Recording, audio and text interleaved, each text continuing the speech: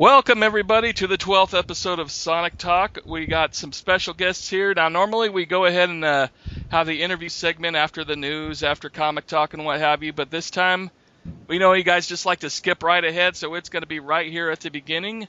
With us this week, we got a special guest, Patrick. Sorry, what's your last name, Patrick? Gardner. Patrick Gardner. He's going to be our third chair tonight, and with us, just for the mainly for the interview section here, is executive producer here at Sumo Digital, Steve Lycett. Hi, nice to meet you guys. Hi, nice meeting you. Hi, Steve. You too. And I should introduce tonight. We've got a special guest my side as well. We've got Gareth Wilson, who's the design director on the game. He's the king of the design. Hi, how's it going? Doing great. Hi, how you doing? Very good. Awesome. Okay, now our first segment is just called What We've Been Playing. What have you been playing, Steve? Besides the obvious, of course. Funnily enough, I've been mostly playing Sonic and All Stars Racing Transform, which is consuming most of our waking hours. Outside of that, I mean, to be honest, the last few things I've played, really, I've been playing Diablo 3. I actually play that in the lunch times with the lead artist, and we're having a lot of fun doing that.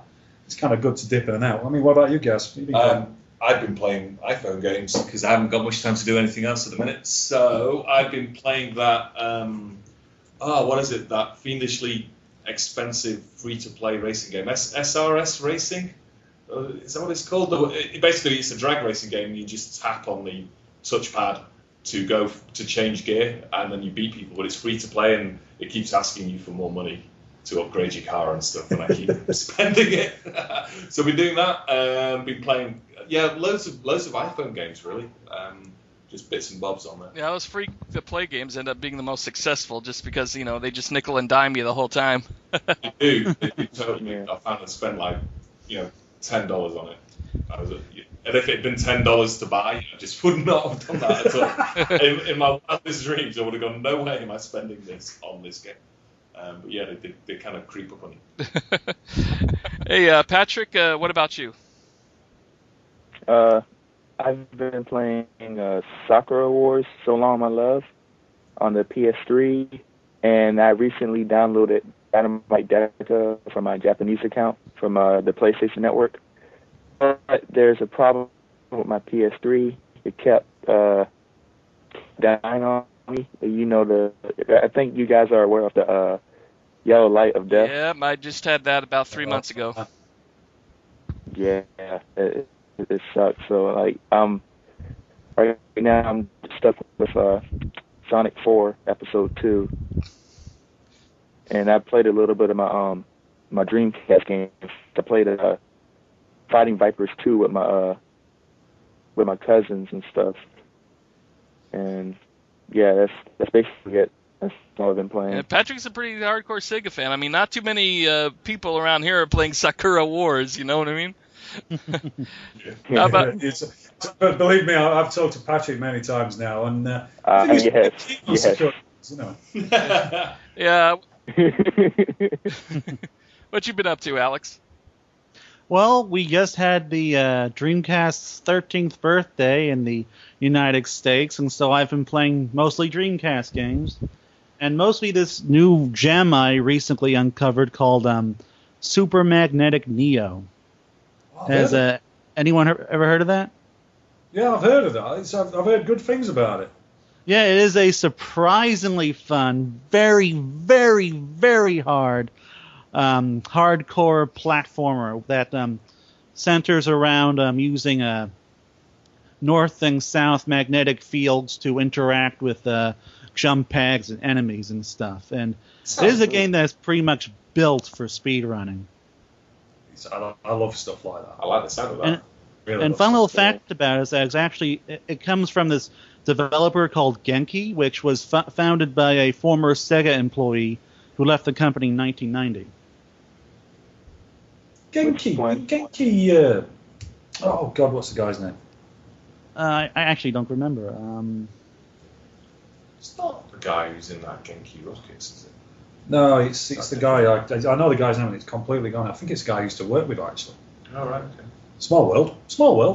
So Small world indeed. As far as I'm concerned, I'm a PS Plus subscriber, so I got Jet Set Radio. I've been playing the hell out of that, man. That is Really need to that's get that- probably get one that. of, if not my favorite Sega game of all time. So I was really happy to Yeah. play that. The graphics are so much crisper now. I mean, everything's. I mean, it would look great back in the day, but it still looks really good. 10 years later. Yeah. It's weird, anything like that kind of cell shaded here, that really just stands up. I mean, Did with they, game called did they manage to Lycett. get all the soundtracks? The That's how I call it. soundtrack I think is available next week, but that's on iTunes. It's going to be all Hideki Naganuma. As far as the soundtrack to the game goes, everything's there. Everything except for like one song, and then they added the European and Japanese songs on top of that. So that's the biggest Jet Set Radio soundtrack okay. there is. Wow. So there's a bit of Richard think they Jakes in put there. Yeah, and in fact, there's even more songs in the bonus mode. There's a bonus mode where you can unlock some Jet Set Radio Future songs by Hideki Naganuma, and Sweet. like a behind-the-scenes video thing that lasts about 20 minutes. So Wow. I'd say, I just came up with an idea. yeah, the one big improvement they made also is there's camera control on the right analog stick this time, which wasn't before. Oh. Blasphemy. That's a change, isn't it? Surely. Don't the fans get upset about that kind of thing? I doubt it. I'm still a little For me, though. it's a little sad that they haven't put the camera behind the camera button separately from the spray button, but it only really affects things when you're like chasing after one of the gang members and what have you. But outside of that, it works really good. I mean, really happy with it. I've been playing it for like nonstop yesterday. Also, on the PlayStation Network, which is free for PSN subscribers, I guess, was Double Dragon Neon, which is oh my god, Way Forward did it, and I was kind of looking forward to it just because it was Way Forward, but I wasn't expecting too much from it. And on the average as a game, as far as mechanically goes, it's just blah and average, but it's hilarious what they've done to it. It's a homage to the 80s, and it's a parody of the original, the Double Dragon. I'm going to have to It say has that. I've got a lot of time for Way Forward. Yeah, it has a That- great that's soundtrack awesome. to it, and it's very much an homage to 80s fighters of the day. I mean, like, and I've been playing as Billy Lee, and he just says some really random stuff whenever he's hitting enemies. He'll hit them with a baseball bat and scream, "Touchdown!" or "Hole in one." It's like a bad 80s Sweet. movie. I love that stuff. I mean, last week I went to go and see Judge Dredd, the new movie, and that to me was like a Good things about classic that. 80s movie, but done today. It was brilliant. Yeah, Good things yeah, about me and GX, who's a regular on our show, were both playing it yesterday, and I talked to him. And I said, "This game plays like a fun bad 80s movie." It just has that feeling, that motif to it. Like you pick up 80s cassette tracks to gain more powers and such. So, So Steve, what? are you familiar with the Judge Dredd comic? Yeah, I mean, I used to read 2000 AD like a long time ago, when I was a kid. I think you're probably the same. It was kind of... It was massive in the UK. It was really, Huge, really, really big. Yeah, I heard. I, as I recall, they're like they were a really major. They are a really major British publisher. Yeah. How does the movie compare to the comic book? Well, it's weird. I mean, what they've done is they've kind of taken the ethos of it, but brought it up to date and done it in a slightly more realistic way. But I don't know, it's one of those films like, I just really enjoyed it. I thought it captured the spirit of it, but in a really good way without being too betrothed to it. They didn't feel like they had to make the suits exactly the same. They didn't feel they make all the costumes and the things the same. But what they did with it is they made it realistic enough that it was believable. You could see it was going to work all right. Okay.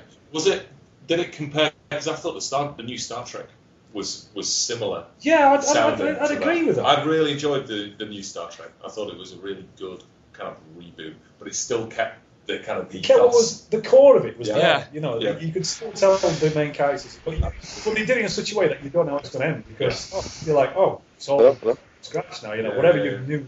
Yeah, I hear you, Patrick. Is no longer. Yeah, yeah, that's okay. got a really high score on Rotten Tomatoes, so I'm really interested in checking that one out. At the very least, I guess it's better than the. I guess it must be better than the Sylvester Stallone version. Oh yeah, that was. I don't know. The problem was with me because I do like Judge Dredd anyway. I actually didn't mind the Stallone one, but this is an order of magnitude better. Seriously, if you've got any kind of interest in it, go and see it. It's fantastic. Speaking of European comic strip movies, I guess there's an Asterix and Obelix movie coming out, and Really? yeah, Asterix. That's that Viking thing, right? guys. And I guess in France, and I don't know if it's coming out in the UK. I know there's a French trailer I saw. Okay. Because there's been one before, isn't it? That one with it's called Rapper. There was an actual real live action one. Yeah. Yeah. I'm looking forward to Wreck-It Ralph, actually. I don't know if anyone's seen the Oh trailer. my God, Wreck-It Ralph. I was going to add this to news, but I guess I'm going to add it now. I guess people spotted the trailer that besides Sonic's little PDA announcement, they saw Sonic in the background in one other scene. So I guess there's more Sonic in there than we thought there's going to be. Sonic needs to just take over the movie. You know, there's a lot of great old. Be Wreck-It Ralph's buddy. He's trying to talk. He's trying to talk. Ralph is to the bartender from Tapper, trying to break his soul down. Tapper keeps going, okay, hold that thought. I gotta go. And he keeps going over to help the other bartenders and then, or the other customers, and then going back to here. And then he, like 2 seconds later, he's going, hold that thought. He's going back over to. I think that movie is going to be great just because Rich Moore's kind of behind it. It was clear when we talked to him at Sonic Boom, he's got a massive love for gaming. And seriously, you can talk to people sometimes when they're making a film or a game, and you kind of get the feeling that, they're kind of doing it and they're behind it. He's so into it. It's ridiculous. A Hollywood legend, that guy. Yeah, he's cool. I'm well impressed with him. I actually saw Zombie from House of the Dead on the movie too. Yeah, Saturday. quite Sega references. Really? I mean, we got the purple Rhino boss from Altered Beast in that bad guy Anon room as well. Yeah, I'm looking forward to that. Really looking forward to that. Yeah, it's a shame they didn't get Mario. They got Bowser, but I guess Nintendo wanted a little bit more for Mario. Why would you want anything for Mario? It's free exposure for your character. I mean, they could have had a great scene where, Mario meets Fix-It Felix and then, like a double take. Yeah, Felix Fix-It whatever Jr. has kind of got a Mario vibe to him. It's like an old school Mario vibe, but I mean... Maybe that's why they didn't want him in. It seemed like a kind of a weird mix of Mario and that monster game, Rampage, except kind of in reverse instead of destroying the building. You're fixing it. Like Rampage. That game was awesome. Yeah, I used to love that one back in the day. I'm an old school '80s, gamer from way back when the arcade, when everybody played at the arcades, man. If that's the case, I'd recommend you to read a book called Ready Player One by Really? Ernest Cline. That's a very you will love that book. Very it's good fantastic. Well, there you have it, folks. Some reading advice. What was it called again?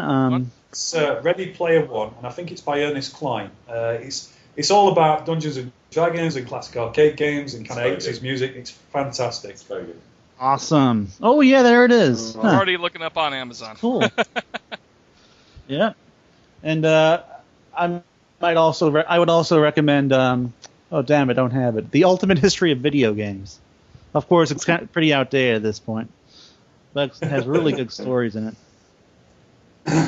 There's a Kindle edition. That's good. I could finally use my Kindle Fire for something instead of just for like Sonic downloadable comics and some iPhone style games. My poor Kindle Fire really gets used.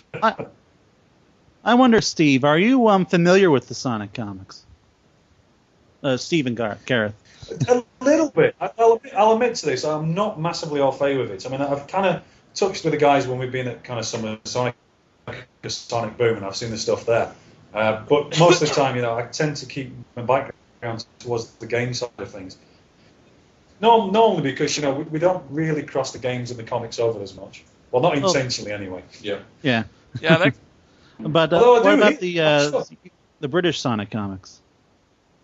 Yeah, Fleetway. Even with that, I mean, I remember kind of back in the day, it's something which I've not really seen a lot of more recently. I mean, I probably saw him. I mean, the thing is, my background, I used to work in like game shops like years gone by. so we used to get that kind of stuff in, just as promotional stuff. Okay, sorry about that, guys. I don't know what happened there. No problem, no problem. So I guess we'll be getting to the interview segment here right away. Patrick, is there anything you wanted to say before you go bye-bye for a little bit? It looks like Patrick's lost connection. Yeah. Well, okay, I guess Skype did that for us. Yeah, I guess Skype's saying goodbye for Patrick for now. But we'll be on later on the main part of the podcast. So let's just get into the interview segment here for Sonic and All-Stars Racing Transformed.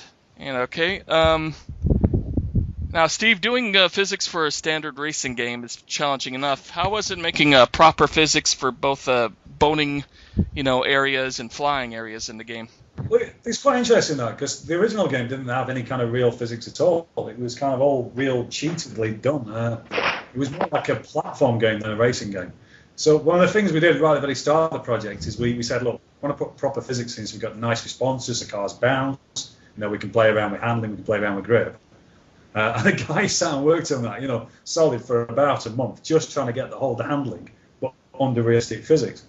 I mean, we had a bit of fun with it, but once he got it right and we got the driving right, we were fairly certain we'd get the boating and the air right. Yeah. And it's been more about setting speeds, hasn't it? Trying to get that right. That's been hard. It wasn't actually doing the code. It was more working out what we wanted the flying and the boating to actually behave like. Actually doing the code wasn't difficult, but actually working out whether you should fly, like have a complete free flight model, or whether it should be a bit more almost like Panzer Dragoon, where you're kind of on rails, but you've got an element of control. So we tried out lots of different things, and eventually we ended up with a proper free flight model with where you're kind of enclosed by like walls and cavern edges and things like that. So it was really trying to work out what was actually fun to play as opposed to getting the physics, because the physics engine is kind of a physics engine really. It's kind of known. It's getting the feeling right for it. And the same for the boats as well. Did we want it to be, a boat simulation, or more like an arcade, a wobbly road, for want of a better phrase? It was working out where the sweet spot was between those two. If that makes any sense? Yeah. So yeah, it was pretty tough. The hardest thing really actually was we couldn't do anything until we got that nailed down. So the track design, we couldn't really design a track until we knew how cars and boats and planes would behave. So we kind of held the project a bit while we were trying to work out all that stuff. So it was really the things that were dependent on getting that locked down, if that makes any sense. And we wanted it to feel like a Sega game. It's always been that. We look at that and go like, okay, the driving's very much outrun. Was the flight more afterburner, or was the water kind of rave race? Yeah. Rave runner, I should say. Whoops. That's Nintendo, isn't it? Rave runner. But, I think at the end of it, if you've played the demo, you'll see it's kind of now kind of seamless, and it feels arcadey. Yeah. But it gives it that bit of depth. That's really what we're looking for. What I'm pleased about is that a lot of people have played it, and they've come away from it and they've gone, that's exactly how I'd expect a plane in All Stars Racing to behave. That's exactly how I'd expect a boat to behave. So at that point, we know we've done our job, because people aren't saying anything about the handling; they're just playing the game. Nobody's complaining. Yeah. It's like if you've got a drummer or a bass player in a band, no one really comments on whether they're any good or not. But if they're playing out of time or playing the wrong notes, everyone's like, "Oh my god, that drummer's terrible." So it's the same sort of thing with the handling. When people aren't bothering me about it, I know it's good. And they stopped bothering me about it about 8 months ago, so I think it's okay. So just to be clear, were you a drummer in the band? No. What were you then? I was a guitarist. There you go. See, that's why the drummer jokes. Yeah, that's how I felt when I played the game. I mean, I was surprised at just how well that water physics worked on it. I was really happy with that, and the airplane physics as well was just really spot on. Yeah, there was a lot of hard work that went into those. In particular, the air drifting. Drifting in the air was a really weird one.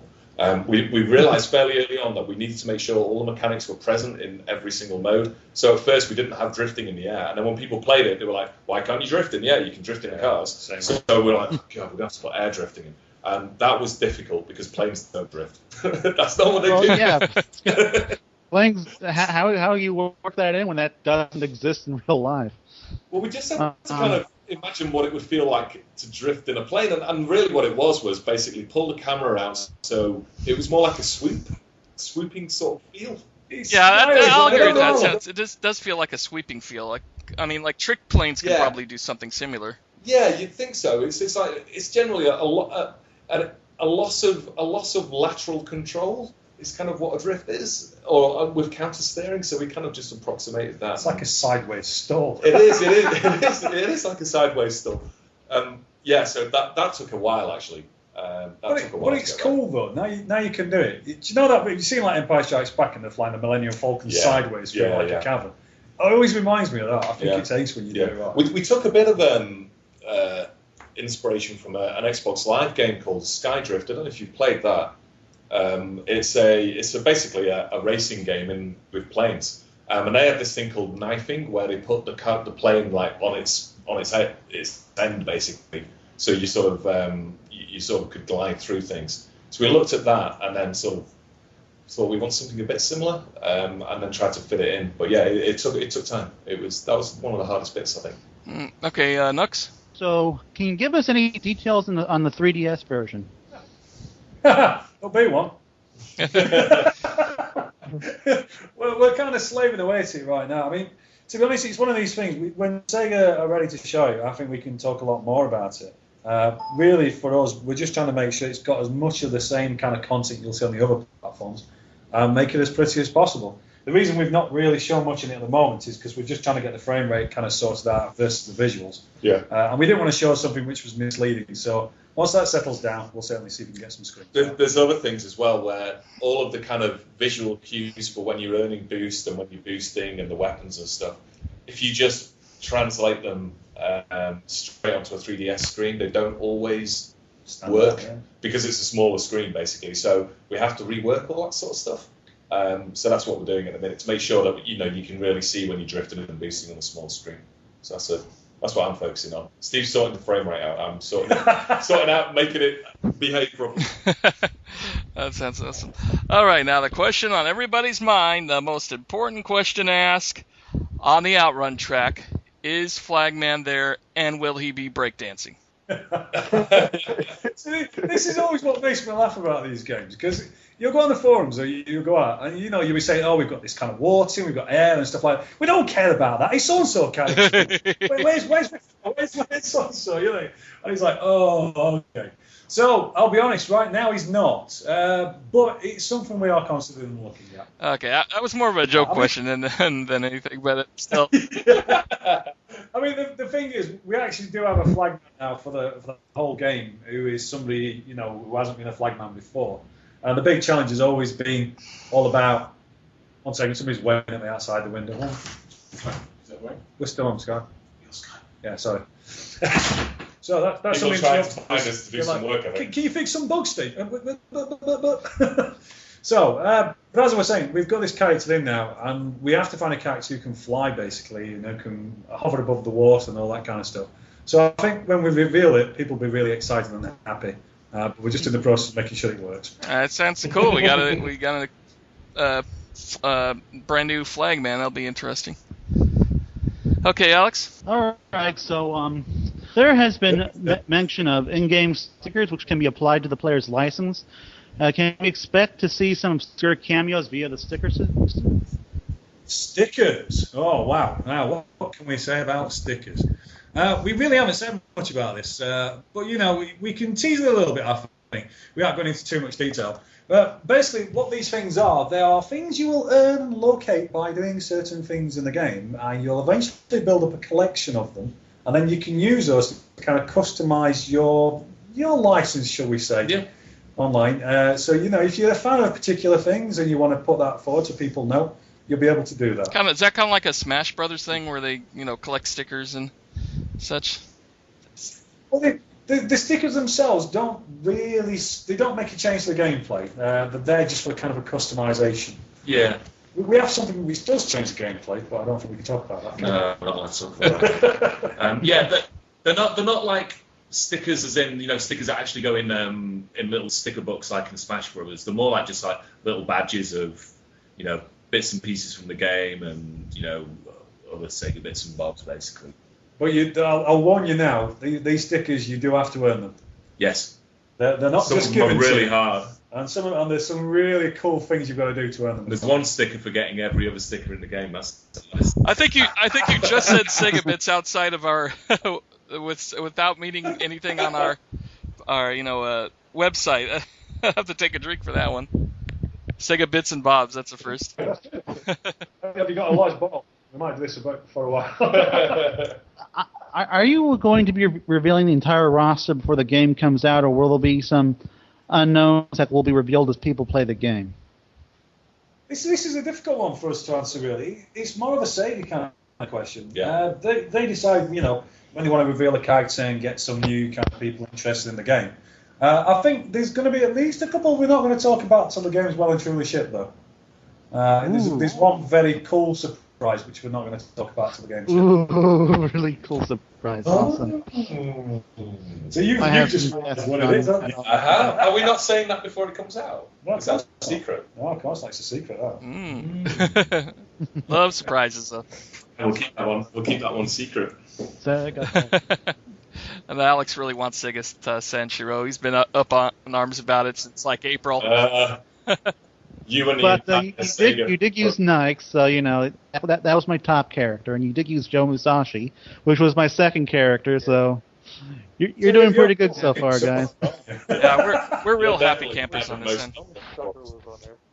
It's one of those things we always laugh and joke about Sagata Sanshiro being a playable character. It's actually a bit difficult because he's actually a real life person. So you've kind of got to approach him and go, do you mind being in the game? And then you're going to have to pay him to be in the game. Yeah. And apart from that, you've seen how violent that guy is. He chucks people about like nobody's business. All right. Can we expect any new All-Stars moves for returning characters? Can we expect new All-Stars moves for returning characters? For example, instead of skating around the track, does Beat do something brand new? I guess we can say yes. I mean, the problem we had was all the old All-Star moves don't work in the air and they don't work in water, so they've all had to be redone. Which has been I won't lie to you, a bit of a headache, to be honest, because we've needed to come up with All-Star moves which will work in land, sea, and air, which has been fun. In fact, it's been one of the most challenging parts of the game, actually, trying to come up with cool, interesting weapons and All-Star moves that work on all three surfaces. In fact, that's what I'm working on right now. I'm just finishing those off, so yeah. Alrighty. Are there any flight-only stages or bone-only stages in the game? Yeah, absolutely. We've got game modes purely related to flight and water, and we chop the tracks up into different pieces. So as you probably know already, like the Panzer Dragoon track sort of changes dynamically. So you're flying one level, one lap, and you're boating one lap. And in certain sections of the game, we'll just do a race which is just 3 laps on the land section, or 3 laps of the air section, or a different game mode where you have to fly through rings in the air mode and stuff like that. So and that's the beauty of it. When we've got the fact we can have land, air, and sea, and we can change the configuration of the tracks around as much as we want, it just opens new possibilities. To be honest, one of the problems is we've had so many ideas. It's like picking the ones which work the best. Yeah, there's loads of content. It's funny, like the people on the dev team will sometimes go past my TV and they're playing it. They go, "What's going on there?" I'm like, "Oh, this is the bit where you fly through rings and you go over the top of the Panzer Dragoon temple." And they're like, "Oh, wow! I didn't even know you could do that." So there's stuff all the way through the game, which it's true. Actually, thinking about it, that's a completely different route to what you normally play as well. So you're getting like an extra level. You actually fly right into the actual sort of side of the temple and through all the pillars and stuff. So there's loads of stuff to find and discover. Yeah. It's huge. It is. We can't stress how big this game is. It's gigantic. It's a monster. It's been difficult to wrangle it all together, to be honest, in time. But yeah, I'm pretty pleased with it. Sounds great. Sounds like it's got a lot more meat even than the first one. Oh yeah. Mostly It's come a long way since it really All-Stars Tennis. Huge. I don't know how much we can talk about the World Tour sort of stuff that we're doing, but the actual, if you compare the mission mode in SSR to the mission mode we've got, or the sort of challenge mode that we've got in this game, it's significantly bigger and more varied. Not to mention the fact we've got it across like 4 different difficulties, and you can choose any character you like. Yeah, you can choose any character you want in any of the missions. You've got branching missions. So you can when you complete one, you've got a choice of going in different routes and unlocking characters down different strands and stuff. So yeah, It's big. It's big. Okay, well, since we're going in that direction, I'm going to go ahead and jump one of our questions up. Can you talk a bit more about the single-player campaign mode and what's involved in it? We're just checking our notes to see if we can. Yeah, we're okay. We can talk about that. Okay. Well, yeah. Okay. So the actual sort of single-player campaign. I guess if you wanted a comparison, it would be something similar to kind of like Mario Galaxy, where you basically play stages one after another, and they're all linked to each other. So you go down a path, and the first one would be, like a race or whatever, something very straightforward. And then after that, you'd come up against a ring race where you have to fly through rings in play mode only and do stunts and things to progress. And then at that point, you might get an option to go and choose, the Panzer Dragoon level or the Golden Axe level, and then on each one of those, there'd be a slightly different game mode involved. Well, and that's true. I mean, what we do with this, we kind of break it down into a number of chapters, and each chapter has kind of a theme. Yep. Like one might be a Sunshine Tour theme, you might have a Frozen theme and things like that. So you'll get a very different visual feel to those areas as well. Yeah. And on top of that, and the big, I suppose, the cherry on the cake is all this can be done in 4 play. And that's the best bit about this game, actually. The bit I'm most pleased about is, you can play the entire of the game pretty much in 4-player split screen. And then you get really interesting co-op stuff where we've got a mode called Traffic Attack, where you're basically driving through traffic, trying to avoid being hit, basically, and going through checkpoints. But you can pick up weapons where you can blow the traffic up, and then you can work collaboratively. So if someone gets a really powerful weapon, then you can all sort of like get behind him, and he sort of smashes all the cars out of the way. And it's something we've only really started playing properly over the past couple of weeks. So I'm staying late into the evening playing, cooperatively with some of the guys on the dev team. It's really good. I'm really pleased with it. And we kind of hope it's a kind of thing friends can play together. You can do after the pub. Mums and dads and kids can play together. Yeah. It's designed in such a way that anyone can just pick up and enjoy it. Well, I've been doing racing games for well over 10 years now, and I've always wanted to do a co-op racing game because it's something that's not really been done before, and this is getting pretty close to it because, you can pick up power-ups and you can pass them to other people. So, if your friend's near the back of the grid, and he needs a boost or he needs a homing missile or whatever, and you've got one in your bay, you can press a button and pass it into his bay as well, which is quite interesting. That sounds pretty awesome. I mean, yeah, the way I see it working is, when I'm playing with my 5-year-old kid, she might not be able to play very well, but what she can do is go around hoovering up power-ups and giving them to me and stuff. So. Because as long as one player finishes, all players. Yeah. So you kind of work together on stuff. There's a lot of interesting modes. It's good. To be fair, sounds borderline revolutionary for a racing game. Yeah, it's a long campaign. I mean, I'd say there's a good 6 to 8 hours in the single player, and then you've got GPs on top of that. And there's all the difficulty levels again. No. I hope you didn't hear that. So yeah, there's tons. I mean, to get through the whole game, it's going to be a good 15, 16 hours. That's it. Oh, nice. And even then, and then getting all of the stars on the hardest all-star difficulty, that's rocket. It's going to be, it's ages. Ages. It takes ages. Yeah, that's a great way to say it. It's good. Stages. Okay, Alex. It's good to hear that it's going to have things deeper than the Mario Kart's GP modes. So, the battle arenas, we haven't really seen many of them. Pretty much just the Super Monkey Ball arena. Have the number of arenas grown since the last game? Yes. How many did you do in the last one? I can't remember. We had 3 in the last game, I think. Pretty sure. Yeah. And we've got more than that, so yes. Yes, there's more than that. I don't think we can we expect to see IPs represented as arenas but not as tracks? No, that's one thing we don't do. Because we've already got quite a lot on this plate designing 16 brand new tracks worth of IPs. What we've done with the arenas is we've kind of taken the idea that we'll use the same IPs, but there'll be a different location or a modified version of that location. Okay, Alex, your second question I think is pretty much answered. There. Yeah, I mean, I can just expand on that a little bit. Can we expect the game's multiplayer both online? What can we expect from the game multiplayer both online or off? What features and game modes will be? I heard. Hang on, guys, you just broke up. Then can you ask that again, please? Oh yes, okay. what can we expect from the game's multiplayer, both online or off?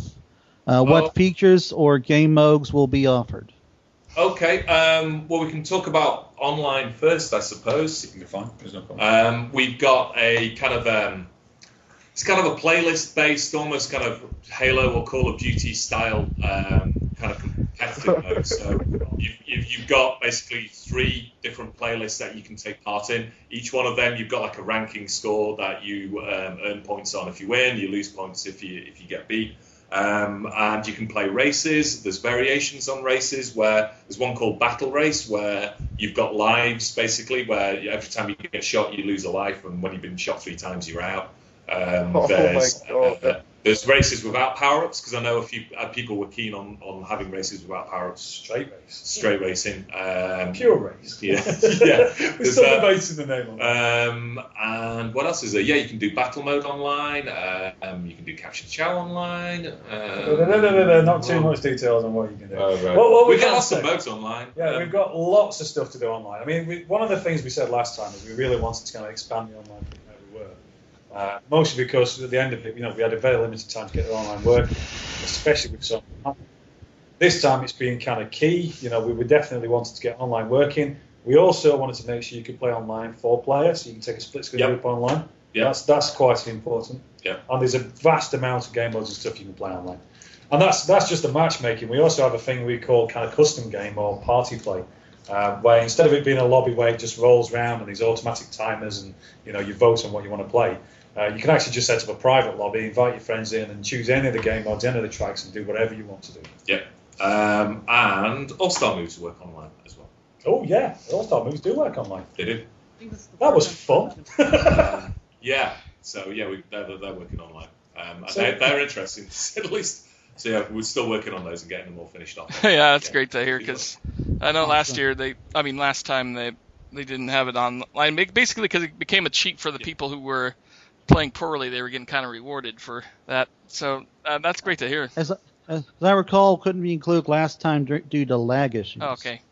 Well, the problem we had last time is that every single move was completely different to the point where we'd have to individually network them in a particular way. Yeah. And it was just, because the All-Star moves were kind of finished quite late in the project, it meant we just couldn't get the networking done in time. This time we've tried to do it in a very similar, in a very different way, I guess, where the moves aren't the same, but we have common kind of underlying mechanics, so the networking is actually straightforward. Yeah, so we've got kind of 3 or 4 main archetypes. So we've got like All-Star moves that do homing missiles. We've got All-Star moves that do sort of blast AoE effects. We've got All-Star moves that fire projectiles. We've got ones that drop mines. And then through those archetypes, we then build all the different All-Star moves that we need. So, Eggman's homing missiles would be, the code would be similar to another character's homing missiles, basically. Well, of course, they all have totally different art. They've all got animations. They've got they have different music, reload rates. Some fire 1 at one time. Some fire 3. Some spin the cards out. Some flip the cards out. So from that actual code base, we can embellish and get quite different moves. But we know that they'll all network together. Whereas in the previous game, they were all kind of done individually, so they'd all have to be networked separately, which was just too much time. Yeah, too much time. So yeah. All right. You've had, of course, your major fans, and some people have been upset with you at time. Have you ever any disgruntled knights or Big the Cat fan ever call you Mr. Steve Lycett and Stone? Oh man, I take so much grief and stick on the forums. It's beyond a joke. Everybody laughs because I do it, and they all laugh. They think it's hilarious. And they're getting really angry because I don't go on. Somebody said something bad about the game. I'm going to sort them out. But I don't think I've ever been accused of telling porkies. I try. Well, to be honest, one of the reasons I do the forums is I try and just rein people in a little bit and go like, realistically, guys, you're not going to have 200 characters. You can keep writing those lists out, and you might expect a character from a 1984 game, only released in Japan, which you got free with a packet of cornflakes. That character might not make it in. What does make me laugh? It's just the obsession with characters on the forums. It's almost sometimes you read these the forum posts, and you go, I don't think you guys really care that much if it's a good or bad game, as long as your guy's in there, which is quite interesting to me anyway. Because obviously, I love Sega from back in the day, but I wouldn't call myself a super hardcore Sega fan. No, really. You know, compared to the dudes on the internet, you know, and they seem to be so obsessed about getting a particular character into the game. Oh God, yeah. I mean, recently, and anybody who's been around the community will probably know this. I did an experiment on the forums to see whether or not we could ever approach the forums to go like, all right, you can have 3 characters. Which ones would you have? And if you'd have watched the whole process, it was fascinating. You know, people were like rigging polls, they were like lobbying going off. I was getting private messages with like threats online and all petitions. sorts. Oh man, yeah, it's amazing, you know. And what's great about it is there's such a passion out there for these kind of IPs and these characters, and it's so obvious when you talk to these people how much they love it, and it's nice to be able to give them some of what they want. But you can never give them everything. Honestly. Yeah, it's like when the Panzer Dragoon level came out, and we started showing it to people, and they're like, "Oh wow, I've not seen Panzer Dragoon for such a long time. I'm so pleased it's in the game." And you can just see the delight on their faces just as they wander past the TV screen at shows and things. Well, the great thing, I mean, the first time we showed it in public, we did it to a kind of a bunch of journalists. And we'd not given them any kind of information. They kind of knew we were doing an All-Stars game. They kind of knew it had kind of Sonic and stuff in it. And we just went, we're just going to show you a bit. And as soon as Panzer appeared on the screen, we heard the crowd gasp. Yeah. And we went, right, we've nailed it. And me and Alex were at that, and Alex just yelled out, "Oh, Panzer Dragoon!" Though unfortunately, I seem to be one of the only people at the American press that was particularly excited about it, which was a little disappointing. But, you know. They want their Halos in Call of Duty. Now, I guess. I read on a hands-on preview from, I guess it was a link from NeoGAF that the Wii U is not shaping up as much in the graphics department compared to the PS3 or 360.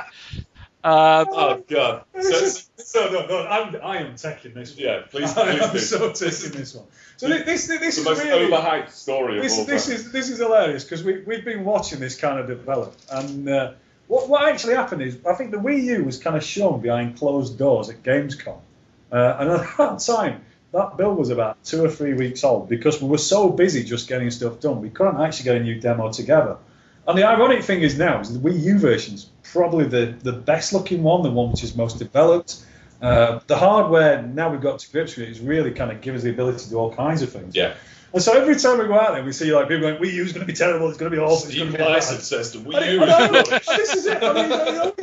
I always get the blame. And I think I went somewhere and somebody said to me, what's a game like on Wii U? And I said, it's at least as good as a PS3, if not better, was my actual quote. Yeah. And from that, there's this huge controversy. Oh my God, Alex showed me that on Sega.com, and then people are saying, Wii U is graphically equal to PS3 and all that. Oh, God. One thing that really irritates me about the video game press is that they will misquote and sensationalize anything. Yeah. I mean, I remember Takashi Iizuka several times has been misquoted and mischaracterized, and it's been getting really irritating when they do this with things that I'm following because it's like, no, you're wrong, you're being morons. I'll give you a really good example. When I was working at Bizarre Creations, PGR4 had just come out, and the journalist said to me, "So, are you thinking about PGR5?" And I said, "Oh, we'd be mad not to be thinking about it." And then the next day, it said, "PGR Dev confirms PGR5." I'm like, "Oh my God!" All I said was, we'd be mad thinking about it. Which, of course, we shipped 5 of the damn things over the past 10 years. So you've got it. I mean, this is it. And to be honest, at the end I of the day, got into trouble about that as well. I bet you did. I did, yeah. I it wasn't my fault about that. It makes me laugh, there's this obsession about the Wii U and, the specifications. And to be honest, I find it, weird in a way because at the end of the day, surely it's the games that matter and how good the games are and what games are on the system, which is really important. I watched the live sort of announcement today, and I really want one now. Actually, do you want one? Yeah, I do. After seeing some of the games, Bayonetta too. Particular. I really like the look of it. I think there's some really cool games coming out. Like the Rayman game looks mint as well. I was sold on it. Have you had a chance to try Rayman Legends yet? No, I've not seen it. I've just seen it. I've played the original, Well, then you'll be very happy with this. Both me and Alex got to play it at E3, and we were just blown away. Oh, okay. Best Wii U game. Really the best game at the show as far as I'm concerned. Wow. Well, not counting yours, of course. Of course. Yeah, well, yeah, that goes without saying. Okay, speaking of Wii U, I'm seriously considering that version over my PS3 because of all the bonus features. The only thing holding me back is I got a lot of friends, online friends on the PS3 version. What advantages will the Wii U version have over the other versions? Well, we're not going into too much detail because this is one of the areas we've got to be a little bit careful about what we talk about. I mean, obviously the first thing is the DLC. I keep calling it DLC. The gamepad offers us all kinds of new kind of things. You've got that for a start, the asynchronous play. You know, you can have a player who's got like a different window, a different view on the world, and that can be an advantage or a disadvantage depending what game mode you're playing on. So, I mean, the Monkey Ball one, I think people have seen where, you know, you're on the DLC, I keep calling it the DLC. Hit me every time I do that. The gamepad. So the DLC was a code name for the gamepad before it came out. I don't know what it stands for, actually. I don't. Right. So you've got that screen, and you're the Monkey Ball. You know, you can see where the players are. You've got a map, and they've just got to work together to get away. You know, and it's really interesting when you've got that kind of stuff. And you know, when we looked at that stuff to start with, we kind of went asynchronous games. You know, what works like that? And then you just remember going to school, so you've got Tiger, you've got British Bulldog, you've got all those kind of crazy things. Yeah. What's British Bulldog called in America? Is it Murder Ball or something? I don't know. Murder Ball. We've got a game in the UK where basically one person is it, and then everyone else has to run from one wall to another and not get caught. And if someone gets caught, then they join that team, and then they catch other people. And we've got a mode like that as well. Can we talk about that mode as well? You came in third. Okay. So yeah, we've got a few Wii U specific game modes, and yeah, they all revolve around the guy with the gamepad having a specific power or strength, and the other guys are yeah, the against him, basically. asymmetrical thing going on with the Wii U has really got me excited. Yeah, the Monkey Ball one's interesting because the way we've got it is you're a small monkey ball to begin with. You roll around. When you squash someone, it makes your monkey ball get bigger, basically. And then eventually the monkey ball is massive and it's chasing down one person. But if the other player who's left alive, if he runs over someone who's been squashed, he brings them back to life. So as the monkey ball, you have to decide. You can kind of guard all the squashed people, or you can go chasing after the other people, basically. So yeah, it's good. It's interesting. You've got to get that kind of strategy. I mean, outside of the Wii U specific stuff as well. Obviously, the bottom screen we can use as a map. We've got kind of weapon cameras on there. Yeah. And the rear view is really cool, isn't it? Yeah. So if you're playing a game, because one of the things people always say for the Wii U is, you've got to keep looking down. You're not looking at the screen. So what we did is for rear view, rather than have it on a button or something like that, what you actually do is lift the Wii U up in front of you, and it immediately switches to show you a rear view. So you can lift it up, see what's behind you, pop it back down, and you're not having to look up or look down or refocus or anything like that. And it's just really, really natural. Plus, of course, 5-player split. That's just so awesome. Actually, out of everything, the two best features we've done is the 5-player split screen, which is just badass, and you can play the entire game in 5-player split screen, and also the flicking of the game from the big screen to the little screen. You just do it with a swipe, so you can be playing on the big screen, and then I don't know, your girlfriend comes in and wants to watch Pop Idol or something. You can just flick the screen down onto the little gamepad, and you can just play seamlessly. And then when she's finished watching that and gone to bed, flick it back up onto the big screen. And that is without doubt the killer feature for it. If you ask me. Because the amount of arguments in houses, with families, with the kid wants to play his Xbox and he can't because everyone else wants to watch TV. All that just goes away. He can actually take the gamepad upstairs into his bedroom as long as he's not going too far and carry on playing his game, which is great. I think it's really, really, I think it looks great on the screen as well. Yeah, it looks brilliant. It's actually one of the really good big Wii U features I'm looking forward to. I'm a big portable gamer. I wonder how long. Did anybody disconnect? Oh. Okay. No, we're still here. Oh, thank God. Anytime we hear a moment of silence, we get worried. Okay, Alex, you're up. I saw video from PAX, and the frame rate is looking great, especially compared to what we saw back in April. What's the process like in getting a game to run as smooth as you need it to? Ooh. Did you hear that noise? That was us going like, oh God, don't talk about the frame rate. That's exactly what we're looking at a minute.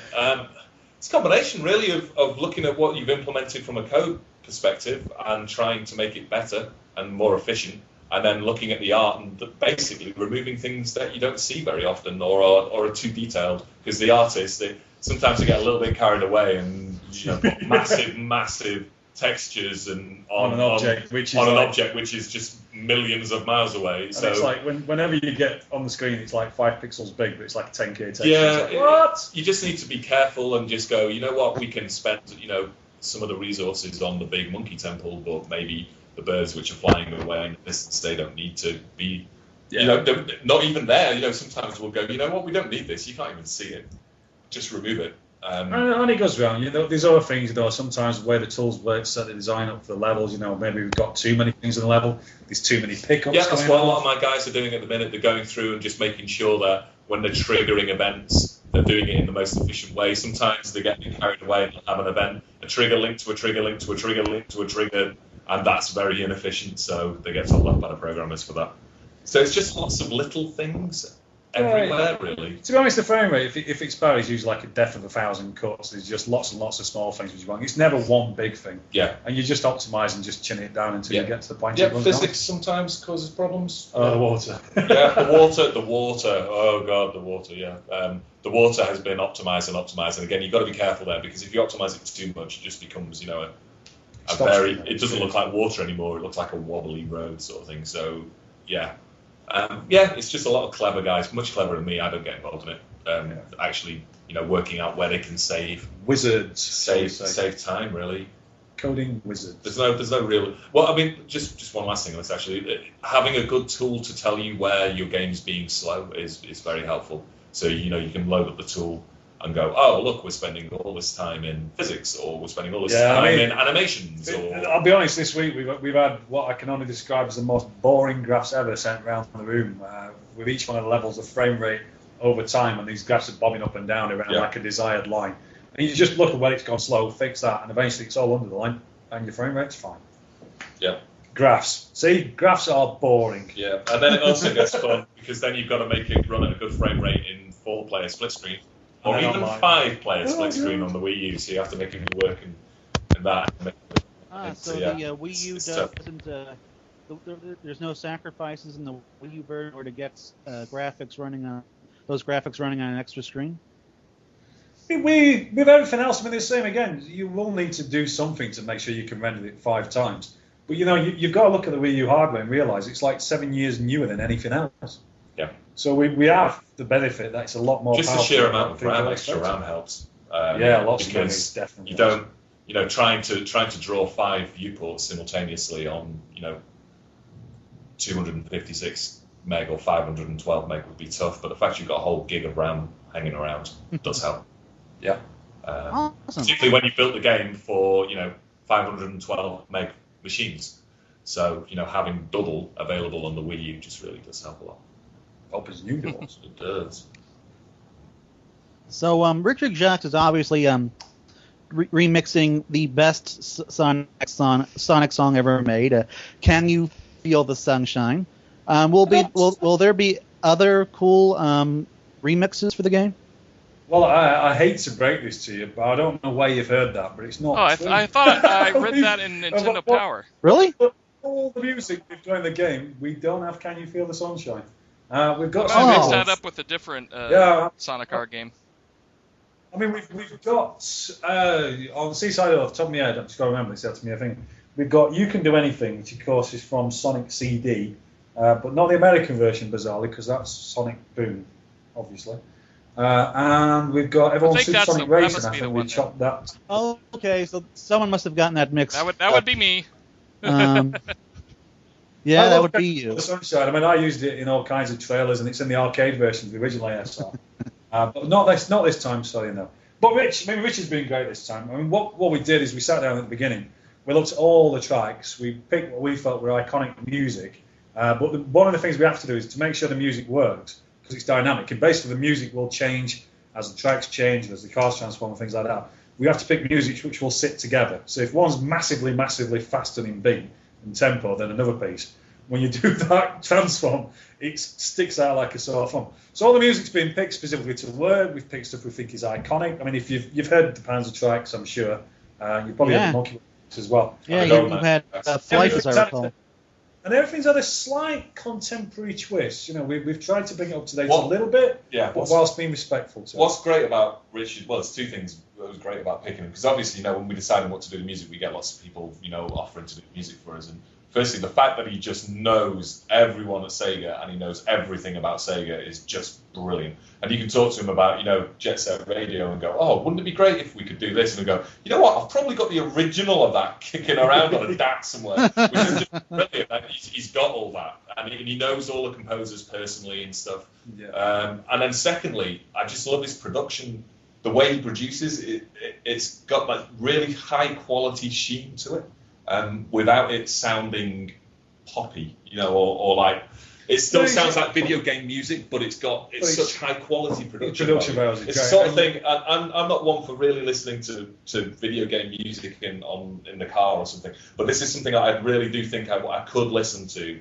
Well, do you know, we really should do a soundtrack CD. We totally should do a soundtrack CD. We should. We really should. Or at least allow them to be downloadable. And the great thing, of course, is, you know, in some cases, specifically some tracks, and there's one I can think of straight away, which is not even remotely allowed to mention. So common. But we've managed to get, you know, original big boys from Japan.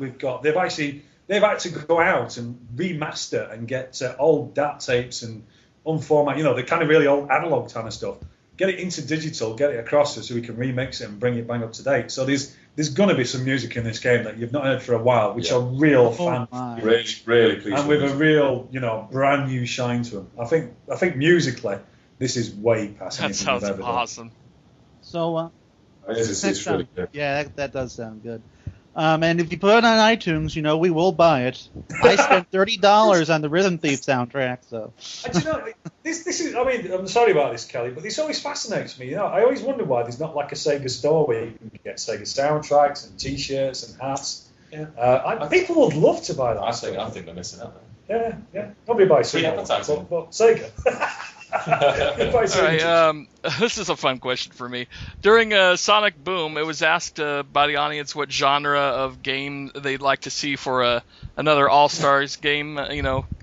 And when fighting games were mentioned, they just went nuts. They just absolutely roared. Now, hypothetically, of course, if an All-Stars fighting game were to happen, not that such a thing would happen, of course, what kind of fighting genre would you prefer? I mean, the Smash Brothers style, the Virtua Fighter style, maybe the classic 2D Capcom style?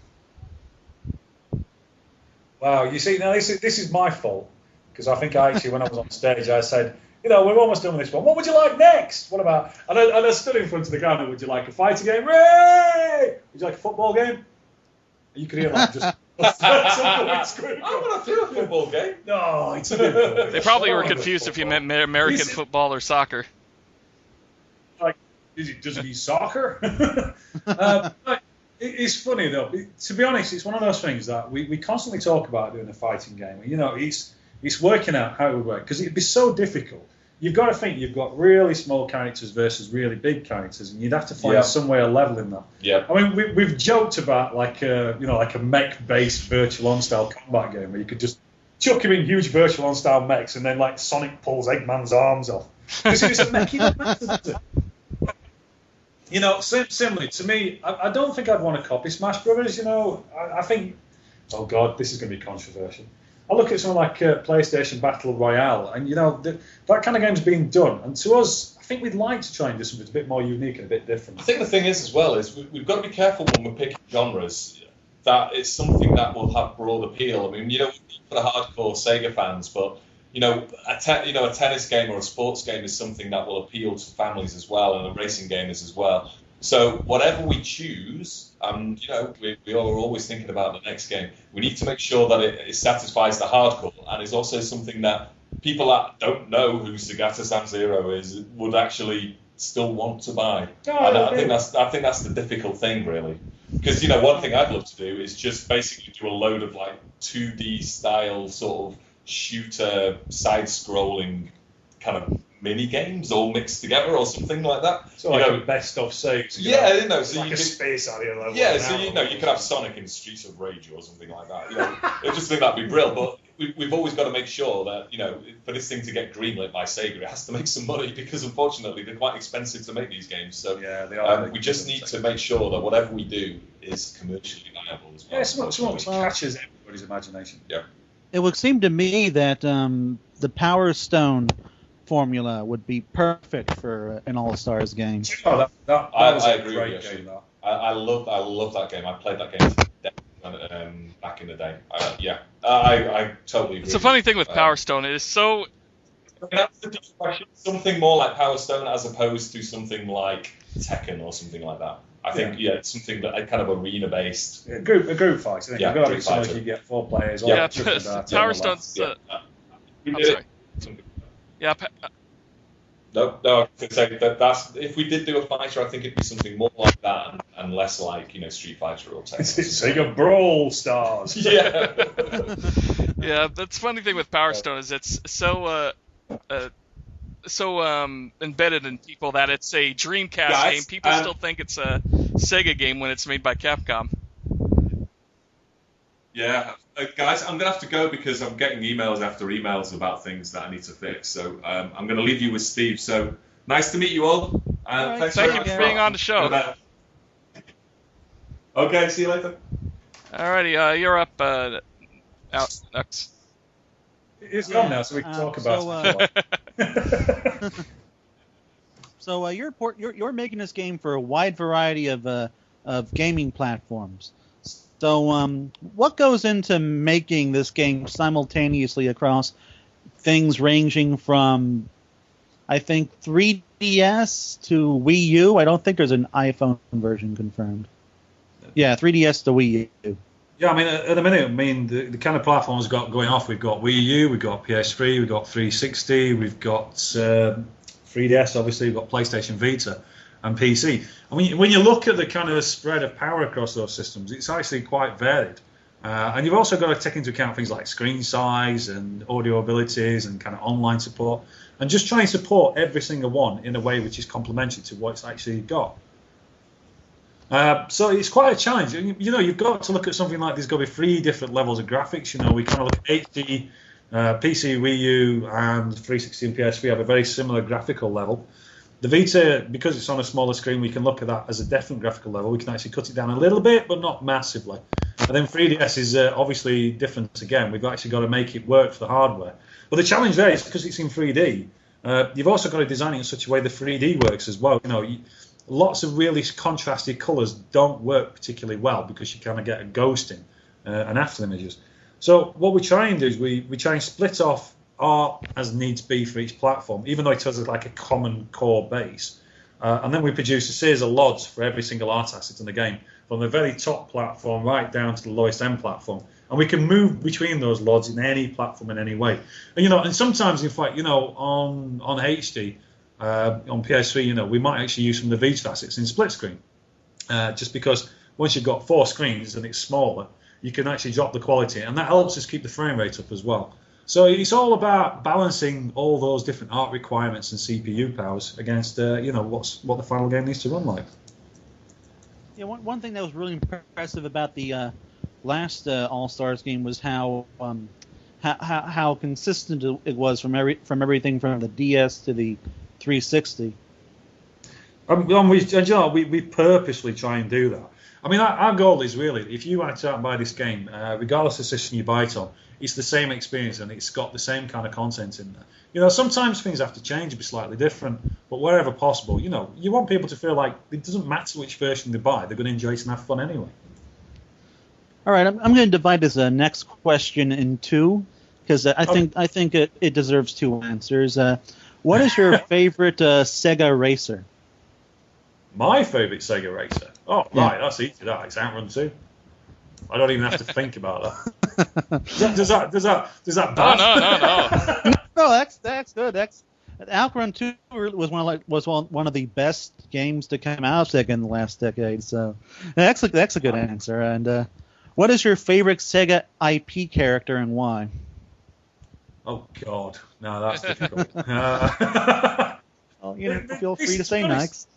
No, every I can say Nikes. You know, I'll get lynched if I don't. Probably. It's hard for me because I've been around for a long time. I'm getting old now. And so to me, whenever I think about Sega, it's always my kind of holy trinity of like Afterburner, Outrun, and Space Harrier. And I always find it difficult to pick between those three. Because I was much more of an arcade gamer. Even though I had the consoles and everything else, I always loved the arcade games. So, I don't know. AM2, there you go. You can have AM2. Does that count? I don't think so. I think we're looking for like a single character. A single? Come on. Does it have to have arms and legs? Is that what you're saying? Yeah, I think so. To be honest, everybody expects me to say Sonic, but I think the character we have the most fun with, just because you can really go to town with it, is Gilius, I think, from Golden Eyes. Gilius Thunderhead. The animations, you can go crazy with a voice, you can do so many things.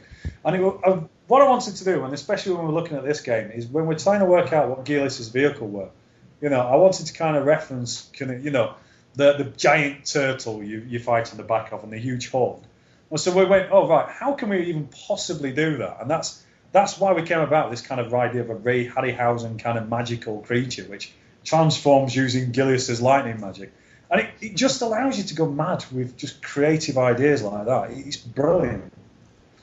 So, yeah, I'm going to go with Gilius, and I'm sorry to Sega fans everywhere.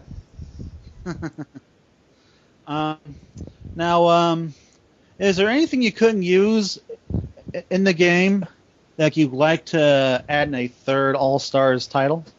Wow. You see, now that's typical. That's really hard because we've got so much stuff we've not shown yet. And if I say anything, people will instantly know it's not in the game. So I'm going to have to decline that one, I'm afraid. Oh, yeah. All right. Where can I get an awesome name like Joe Neat? I think you probably have to be related to him, and his mum and dad would have to give you the name. you could probably marry into the family. Oh, Joe is available at the moment. So you can marry him and be Mr. Neat. I don't know. Johnny, do you know the worst thing is, right? This is an actual true story, and he's going to hate me for telling you this. But when he went to school, it was Joe Neat, and there was a kid. I'm sure the guy's name was John Tidy. And they used to sit him together with Neat and Tidy. Isn't that awful? That's terrible. Oh my god. Is it worrying at all that to have your game coming out during the highly competitive month of November? I mean, there's a lot of games clamoring for people's wallets, and not to mention Little Big Planet karting, which I guess will be you guys' direct competition. However, there's no Mario Kart on Wii U, and there's no, real competition for you there. Or do you see this game having real long legs to do well throughout 2013? To be honest, I mean, all the All-Stars games, whenever we've done one, like tennis or racing, they've always done really well. They're kind of evergreen titles. The kind of games, because I think there's a demand out there for games you can sit down and play, which are non-friendly. You can play with your family. You can play in 4-player or 5-player in this case. And there's just not that much of it about. And so people love those games just to be able to pick up and play them with their friends. And, you don't really have lots of competition in that area. And there's quite a few karting games and things coming out around Christmas. But, when I look at what we've got going off, we've got cars, we've got boats, we've got planes, we've got transforming stuff, we've got great online, we've got great features, we've got great depth in the gameplay and the world tour modes and all the rest of it. So I'm being arrogant about it, but I really do think we've a good chance to stand out from the crowd and do something different. And realistically, this kind of game is the kind of thing you normally only see on kind of Nintendo systems ever since the Dreamcast was kind of the last Sega console. And people still love this kind of game. And it's great that you can get it on Xbox and you can get it on Wii U, you can get it on Vita and 3DS. A lot of those other games you really can only get on one system. So it'll be interesting. I'd like to see what it goes, and I hope it's well received. And I really think it has got a good chance to be kind of creatively, commercially, and critically successful. And we've poured love and hours and attention into it to try and make that a reality. honestly, going by what you've talked about in regards to the single player and the multiplayer features, this really does feel like the game that's going to make Sonic and All Stars Racing a premier racing title in the gaming industry.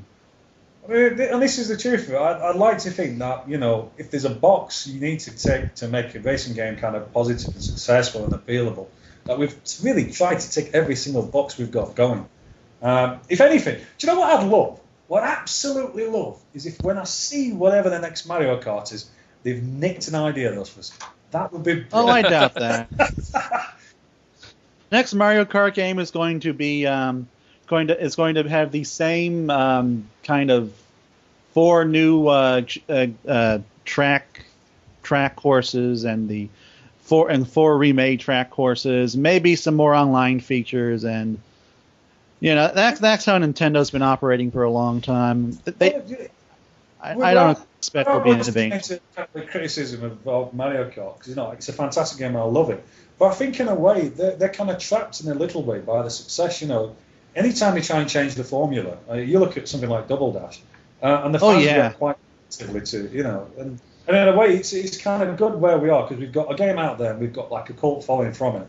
And this time we've really stepped his game up, and I hope when people play it, it has a good word of mouth because the first game, and especially look at the iPhone version, when it's on 10 million copies or something daft like that, it's huge. So I hope with a bit of brand recognition from that, people will see we're doing something new and something different, something fresh, and if we're successful off the back of that, it'd be great. Huh. I really hope. Okay, Alex, you're up again. All right.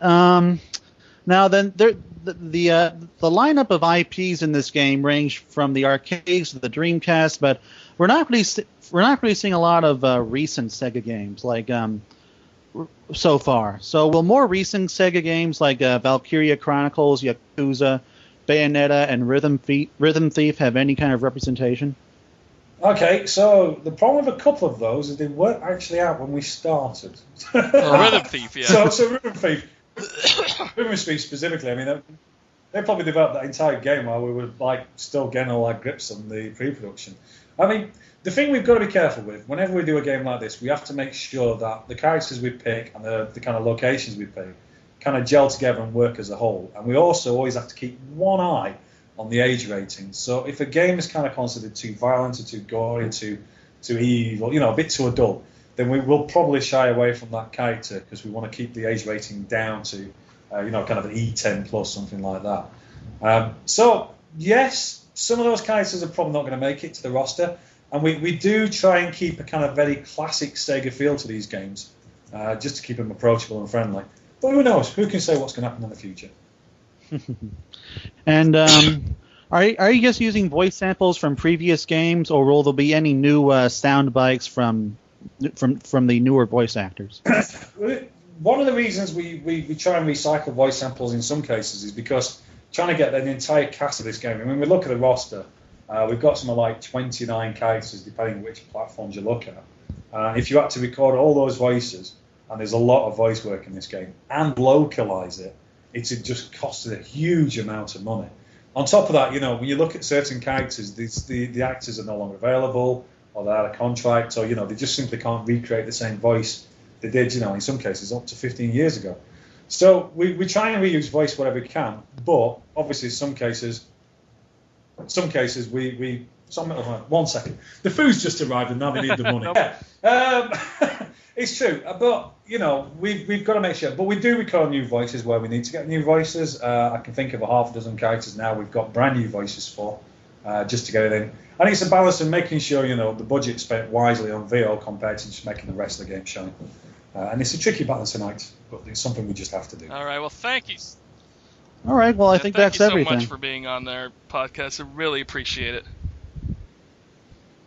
Not a problem. And I hope I haven't bored anybody and Gareth's just not talked No, I think it's been great. Patrick, is there anything? I know you've been very silent. Is there anything you wanted to say before we go off on this segment? Didn't he get disconnected some time ago? Well, we'll reconnect with him for the second part of the podcast. Okay, thank you so much, Steve. Sonic and Ignis Sega All-Stars Racing, November 20th. I can't wait. Yeah. Do you know what? I can't wait either because then I can have some time off. Yeah, I think you convinced me on the Wii U version. I'll be picking that one up. Oh man, seriously, I think it's been shown today as part of the Wii U launch. The kind of launch event, and I think people will be really surprised when they see it running properly. They'll be really surprised. Okay, thank you so much. Now for a music break and on to the news.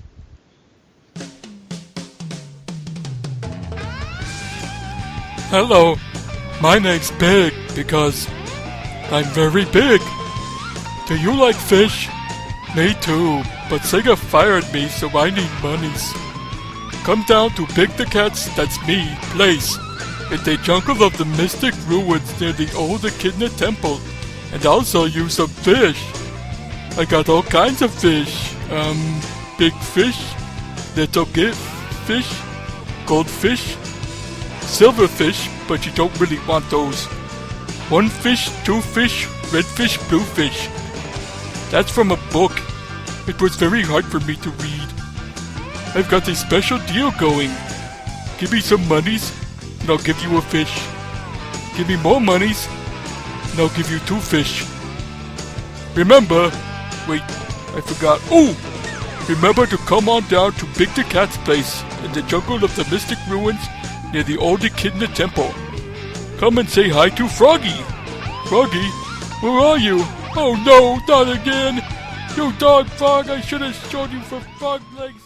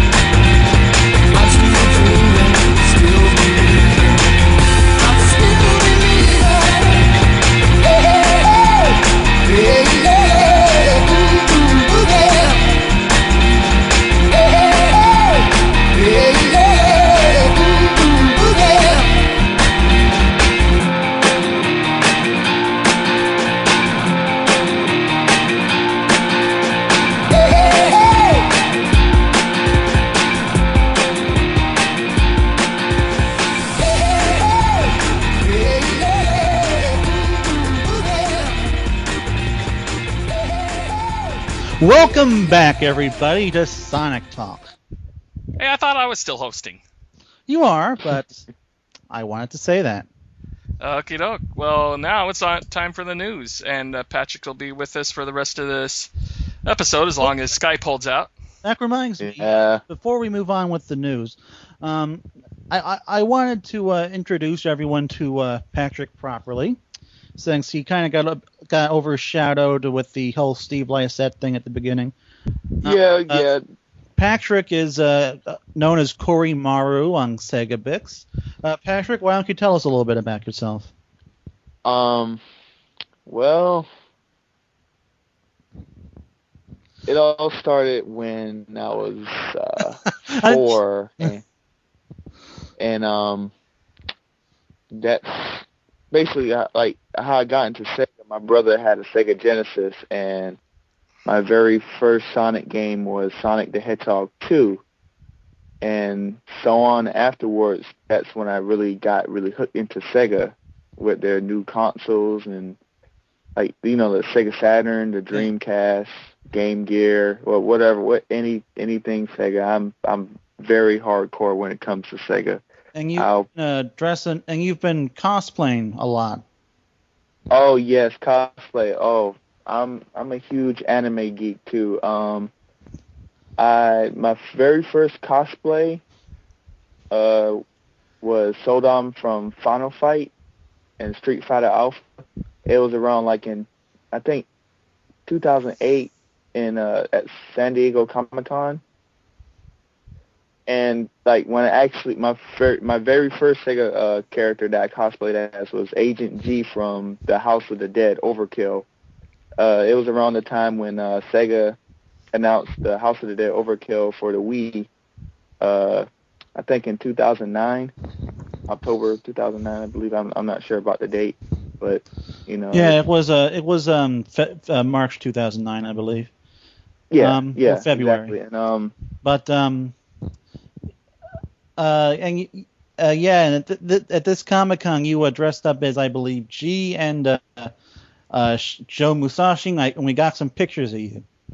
Oh yes. I was for like at first I was trying to get to the Sega Arcade first before heading to Sonic Boom, but like my mom and I kind of had like trouble finding like parking spaces. It was like a whole lot of people, and it cost like about like $5 to $20 just to park.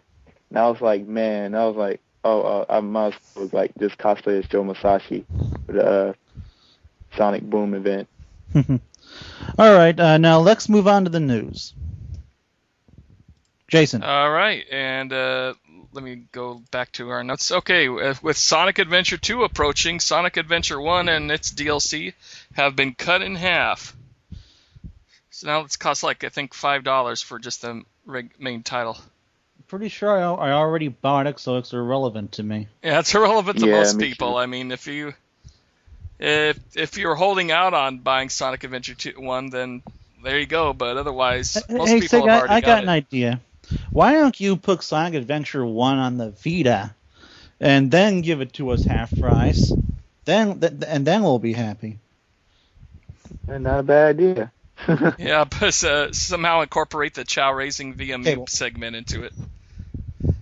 And speaking of Sonic Adventure 2, the achievements have been leaked, including achievements for raising chows. It's pretty much all story. I don't know if I'm going to be able to complete this one. Yeah, it's pretty much all for story. Yeah, it's not like not the levels. Well, it is about the levels. Yeah, it's about the levels. I'm not very fond of, especially Knuckles stages. Oh yeah, like, so not God, the frustration. It's them ugly ghosts, man. It's just the way they incorporated the shard hunting compared to the first one. The first one, if you were near a shard, it was going off and you can find it. This one, you have to get a certain shard in a certain order. And it became a huge, huge pain in the ass, especially when you're playing as Rouge in the prison level. I was just about pulling my hair out on that one. That's the one thing I like about. I think a lot of people are dissing Unleashed, but I think I'd rather play as the Werehog 100 times. You gotta pause for a minute, As guys. Knuckles or Rouge. And we're gonna take Alex has his cable guy here, so we're gonna have to take a quick break, and we will be right back in just a sec. Okay, but what we really need is yeah, I'm back. Okay, what we really need for Chow Racing. Oh wait, Chow Raising. Chow Raising. Okay, there should be some sort of online component added to this, like sending your little creatures to other people and stuff, and racing them and fighting them online. That would be cool. Yeah, that would be awesome. It's always seemed like that It's always seemed to me that the Chow has been something of a missed opportunity for Sega. I'm surprised they haven't spun them off yet in some way. Anyway, they did, like in mobile phones and stuff in Japan. What? They had like I think some mobile games and stuff for cell phones in Japan. There was actually a game called like I'm not sure if it's called like Chow World or anything. It's been a while. Huh. They kind of spun them off, but like in smaller devices and stuff. Well, that'd be perfect. That would be a perfect thing for them to do for like the iPhone or something. You can like pet them and stuff, or flick them in the face, and kick them around. I was very abusive of my Chow.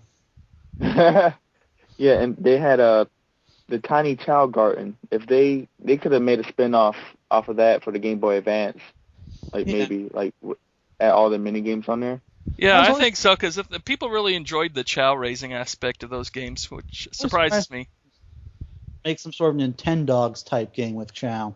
Yeah. Yeah. Like it was just made for that, you know. Okay, and the new Wreck-It Ralph trailer is up, and if you what happened was I thought it was the American trailer, but no, if you can find the Japanese trailer, there's a scene with Sonic outside of his PDA cameo, but you gotta look real quick because he's in the background. Basically, I guess the little villager guys at Ralph's apartment that he wrecks, he's trying to fit in with everyone, and he knocks on their door and accidentally wreck it, and everyone twists around to see him, and they're all shocked, and you see Sonic in the background looking out at him, so that's pretty cool. Plus, we just found out after the interview segment that Sonic and Eggman and one of the Altered Beast bosses from Sega are all going to be on the Wreck-It Ralph poster. Yeah, is that the snake? Is that the No, the snake is Coily from Q*bert. Okay, so the purple rhino. The purple rhino is from Altered Beast. That thing is okay. I guess it's no different from the purple snake, but it doesn't look like a demon god.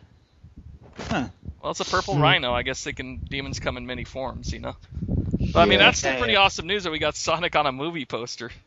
Yeah, it's very badass cute. right there. Sonic and Eggman, no doubt. Yeah, Sonic and Eggman. With Bison on the side. And Q*bert.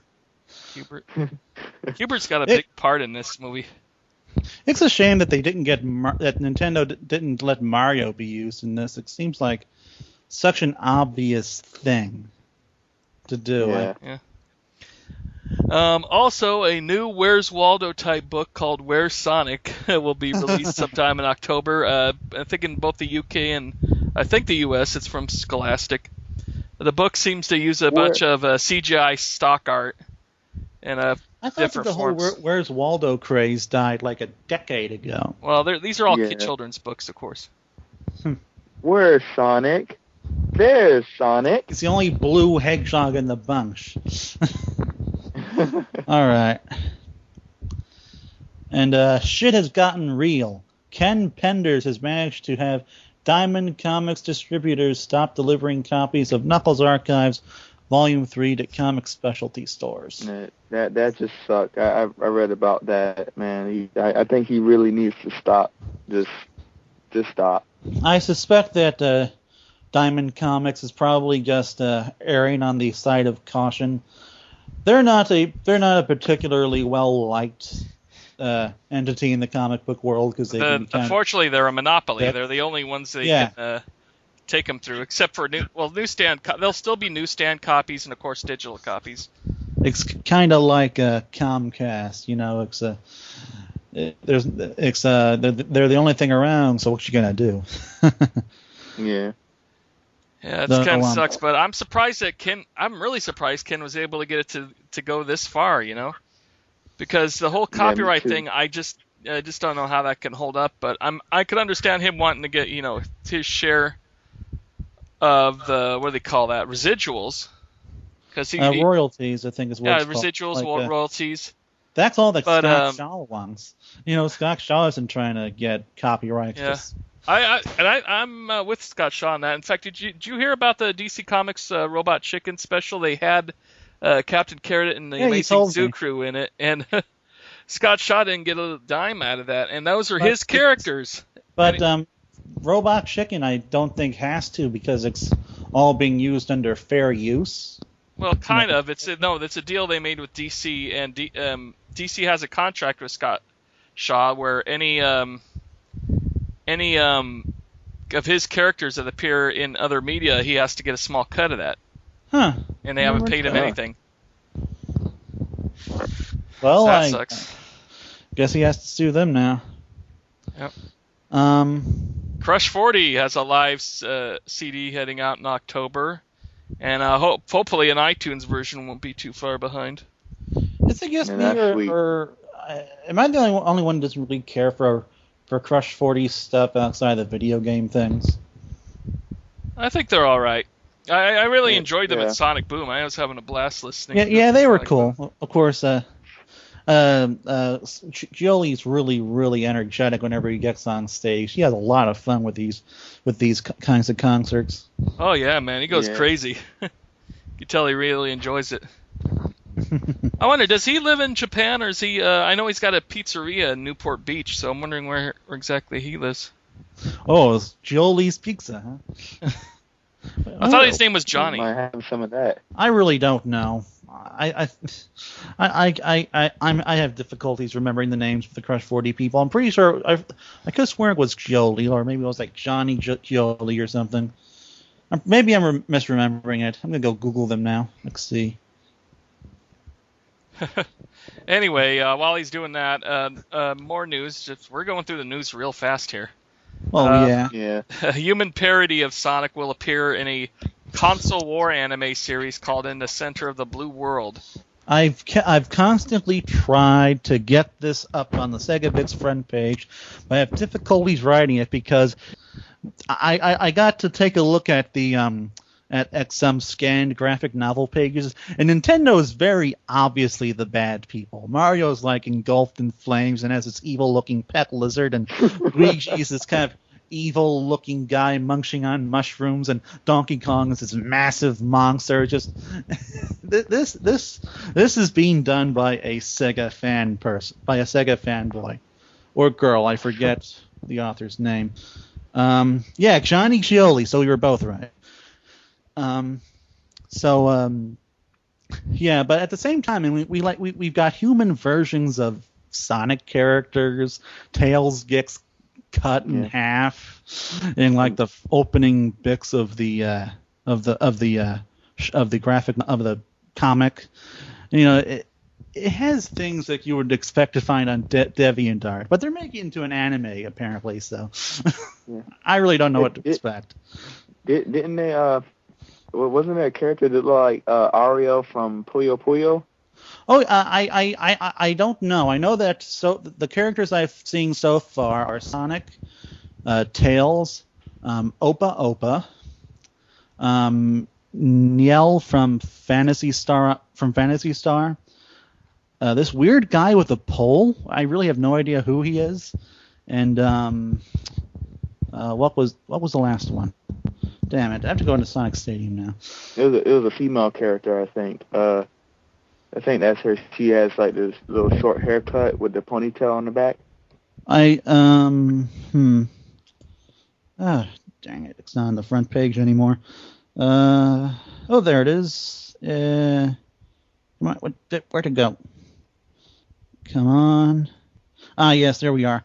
And, and there's this girl who appears to represent columns because there's all these jewels behind her, and she's called Ramses. And then you look at the Nintendo cast, and my favorite by far is Link, because he looks... This is what told me that Nintendo was the antagonist. Link looks fucking insane. Like, he looks like one of those really unhinged... anime characters. I hope I'm right. Yeah, it looks pretty interesting. I hope that we at least get some sort of fan sub, but we'll have to see. Luigi, it looks like they even got some of the characters down right, like Luigi, who has Luigi's the best. His picture, he's all freaked out. Anyway, Battle Mode comes back to Sonic Adventure 2 as DLC, which, I don't know, how do you feel about that? Well, I don't know. It wasn't really all that good in the original game, so knock yourself out, Sega. I actually enjoyed battle mode. It had like more levels and more characters that are already unlocked. And I used to go crazy when I play against people and stuff. I always use for the racing segments. I always use Metal Sonic because he had like fast acceleration. What's I used to beat him all the time. What's more important is that we have Big the Cat back. Yep, he's returning in background cameos. So he was in the original Dreamcast version and then taken out for GameCube. And Ken Ballou went out of Ken Ballo went out of his way to add him back in. So would you say that Big was rehired for this, or are they just reusing old footage? I think they're just reusing old footage. All right, so I think that's all of our news. And with my residuals, you'll get them once you get off the pot, Big. All right, now it's time for Comic Talk. Sonic number 240. All right. It's been a little while since I've read this one. Jason, refresh my memory. Well, it's almost like a Sonic Universe issue because Sonic's just barely in it. He's still involved with Mercia, and it's basically Eggman attacks Mobius with Sonic not there, but of course you got the Team Freedom defending the village along with the new Secret Freedom Fighters. Yeah, I felt that this was probably a better introduction of the Secret Freedom Fighters than their actual introduction. It's pretty obvious that this was supposed to be told in a certain order, and it just wasn't. Yeah, that's the one problem I have been really having with the Sonic universe right now is that the Secret Freedom Fighters ongoing story should have been told later, like in the fall, and put the Chaotix a story arc ahead of that during the summer, because otherwise it's way out of order. I mean, you're getting introduced to the characters in the main book while they have their first adventure, taking place 3 months prior, which is insane.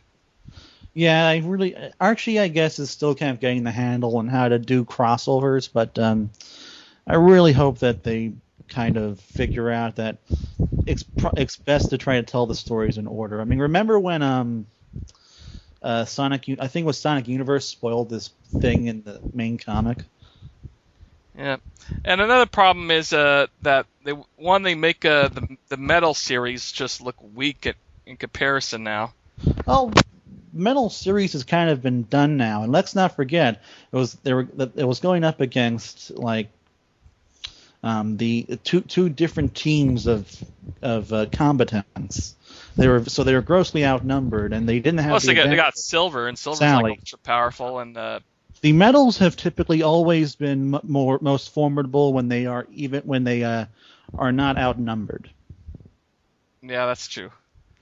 Because like the original Metal Sonic, they treat Metal Sonic now like he's disposable. Basically, he can be destroyed as much as they want. Well, when you start using Metal Sonic regularly, he kind of has to become disposable. I like to think of it as in they've dealt with him before. He's nothing new. They know how to take him down, so they take him down. Yeah. That sucks. Story progression at least in this case, it was actually a better Metal Sonic that took him down. One of the originals. Yeah, well, the original. That's was still had more power backed into him. In case I don't know if Patrick follows the comics, but they got one new character called Shard, who was the original Metal Sonic that was buried in lava and stuff, and he's been kind of reprogrammed, and he's one of the heroes now. Yeah, I remember him. It was back in the 90s and stuff. Yeah. What was that issue? I can't remember. I remember it was like Sonic and Tails was in some sort of lava or something. That Metal Sonic kidnapped him and stuff. Yeah. And basically they brought him back, but he's on the good guy's side now. And he's got a lot of personality. Yeah, but in any case, in regards to number 240, I thought it was a nice step up from where the comic's been for most of the summer. Lots of action, some really nice character chemistry, good, funny writing. All the things I would expect from a good comic book. I enjoyed how they had. I have a question. like this is not related to I have something to say, but it's related to the comics, but it's not about this issue. Oh, that's Have fine. you guys saw the picture of Danica Patrick with all the Sonic? Oh, like, yeah, with yeah. Sonic, That's yeah. something I forgot to mention on that. Yeah, so basically in Sonic Universe 45, it's going to be an adaptation of Sonic and All-Stars Racing Transformed, and that's a good thing you mentioned that because I didn't put that in the news notes. Danica Patrick is going to be a comic book character in that issue, along with like Beat and Vice. Vice. Yeah. It's it all worth it. And Yeah, I guess. So that's going to be weird. I'm sure. yeah, he does look weird on that drawing. He looks like something. Well, like, you know what it is? Is that was an actual picture of her that they just scanned over to make it look like a drawing. Huh. Yeah. I I on the kind of forums wish they showed that. Yeah. I kind of wish that Sakura was in the game or something like that, just to make it feel better or something. Or Vector Man. Yeah, it'd be cool if they get some of those other Sega characters in that one issue. That would be pretty awesome. Yeah. Yeah, as cameos Well, at least. If Ian is smart, he will just focus the storyline around Vice and make everyone else just periphery characters. Anyway, my other little complaint. Yeah. My other little complaint about the issues, besides Metal Series being cannon fodder, is the Kingdom's own soldiers are basically have been rendered pretty much useless by the two They've always been freedom useless. fighters. I mean, for gosh sakes, they're like what, bears with guns? And they can't even Here's attack. a fact about the They can't comics. even fight against Eggman's robots. Here's a fact Instead, about they have a little 6-year-old rabbit girl kicking more butt than them. Here's a fact about the comics. The Kingdom has always been pathetically defenseless without a bunch of superpowered kids. The king has been incompetent, the military has been weak. They've always relied on a few special individuals to get anything done. And without those individuals, they would have all been exterminated a decade ago.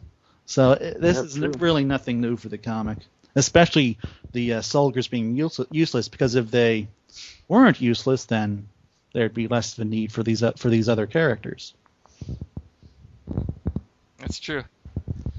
All right, so it looks like this thing's going at a pretty good clip, which is better than I expected. You should probably take a break before Game Talk, so I can check on the cable guy. Make sure he doesn't need me for anything. All right, get her done. He's a cable guy. I gotta say that. Yeah.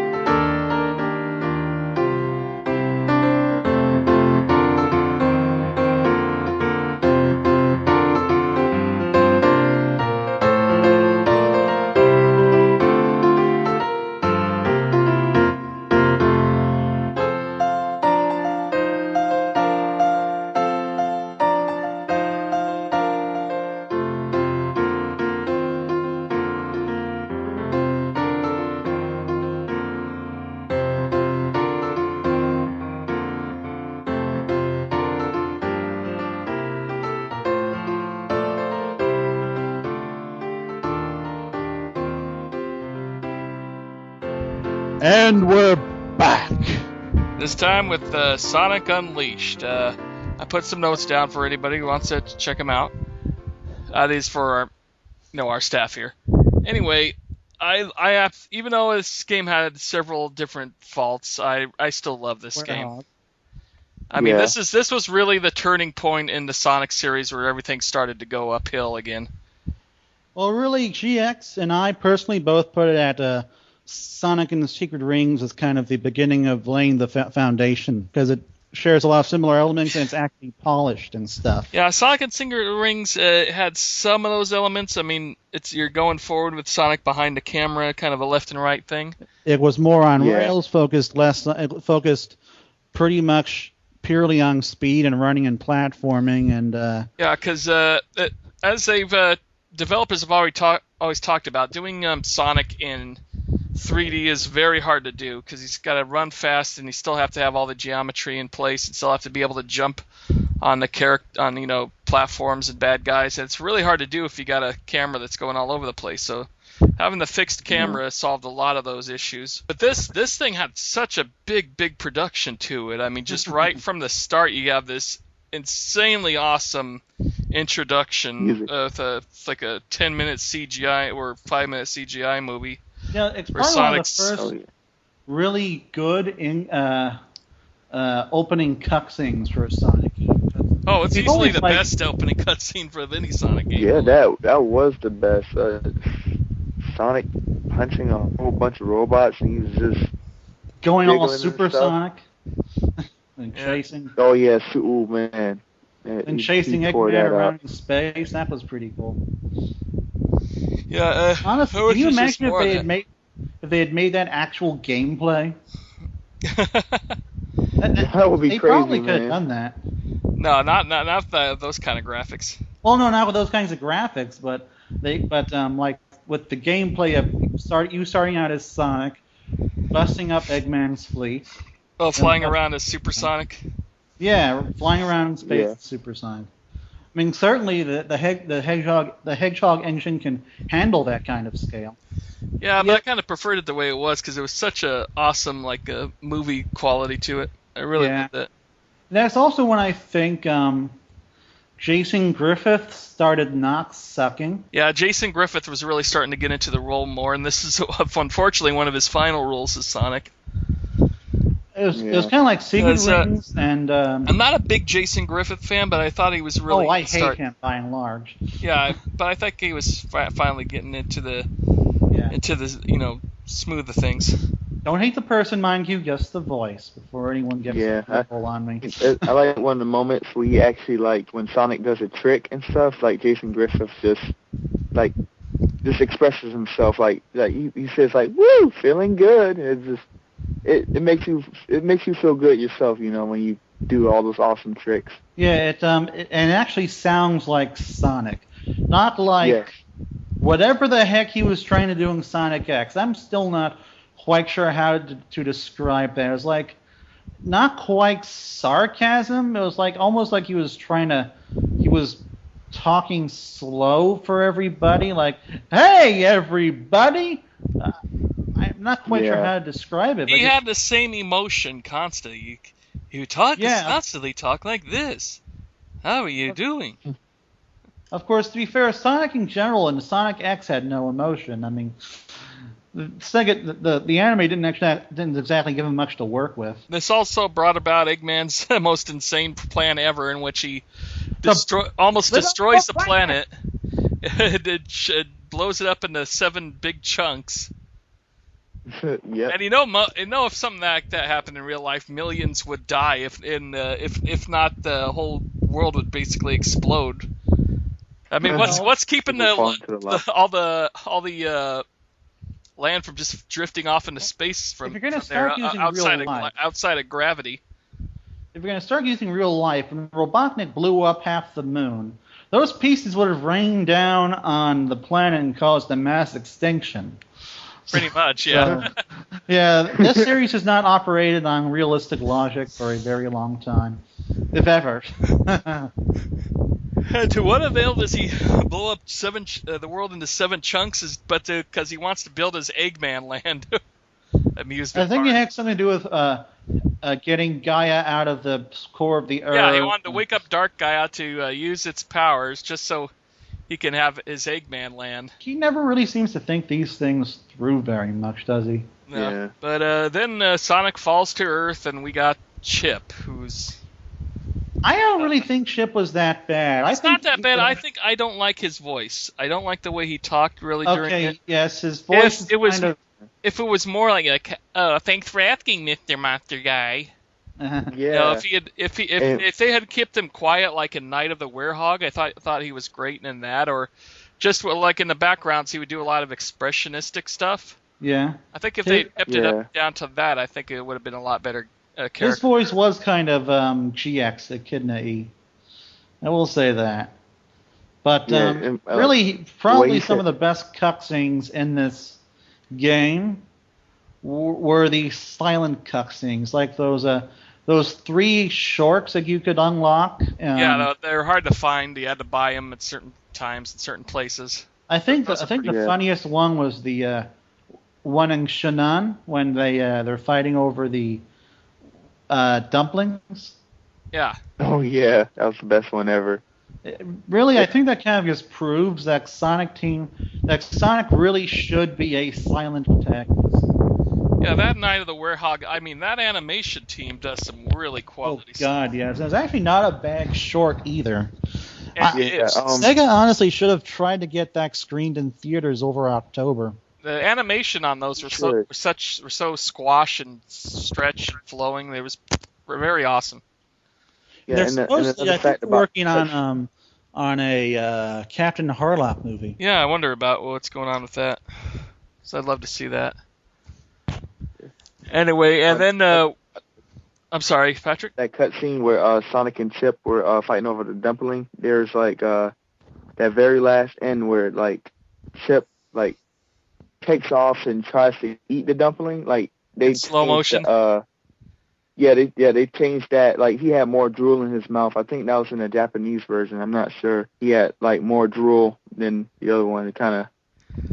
I don't know. I just wanted to give out a fact. Maybe I always like the title of the Japanese version, Sonic World Adventure, because that's basically what he's doing, is traveling throughout the entire world. I mean, the Unleashed part just comes because he turns into a werehog at night.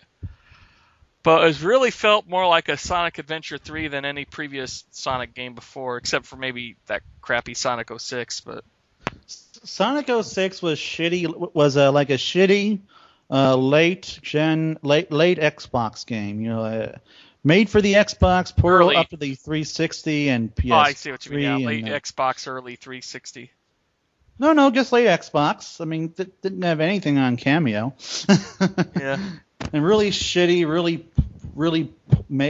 poorly made is just, I kind of lost track of what I was saying there. But. Yeah. Anyway, and it didn't have it had a really poor hub area in that one. This one's a lot better. It's more constrained. Sonic slows down while walking around during these hubs, and they gave the villagers a bit more personality than in previous games.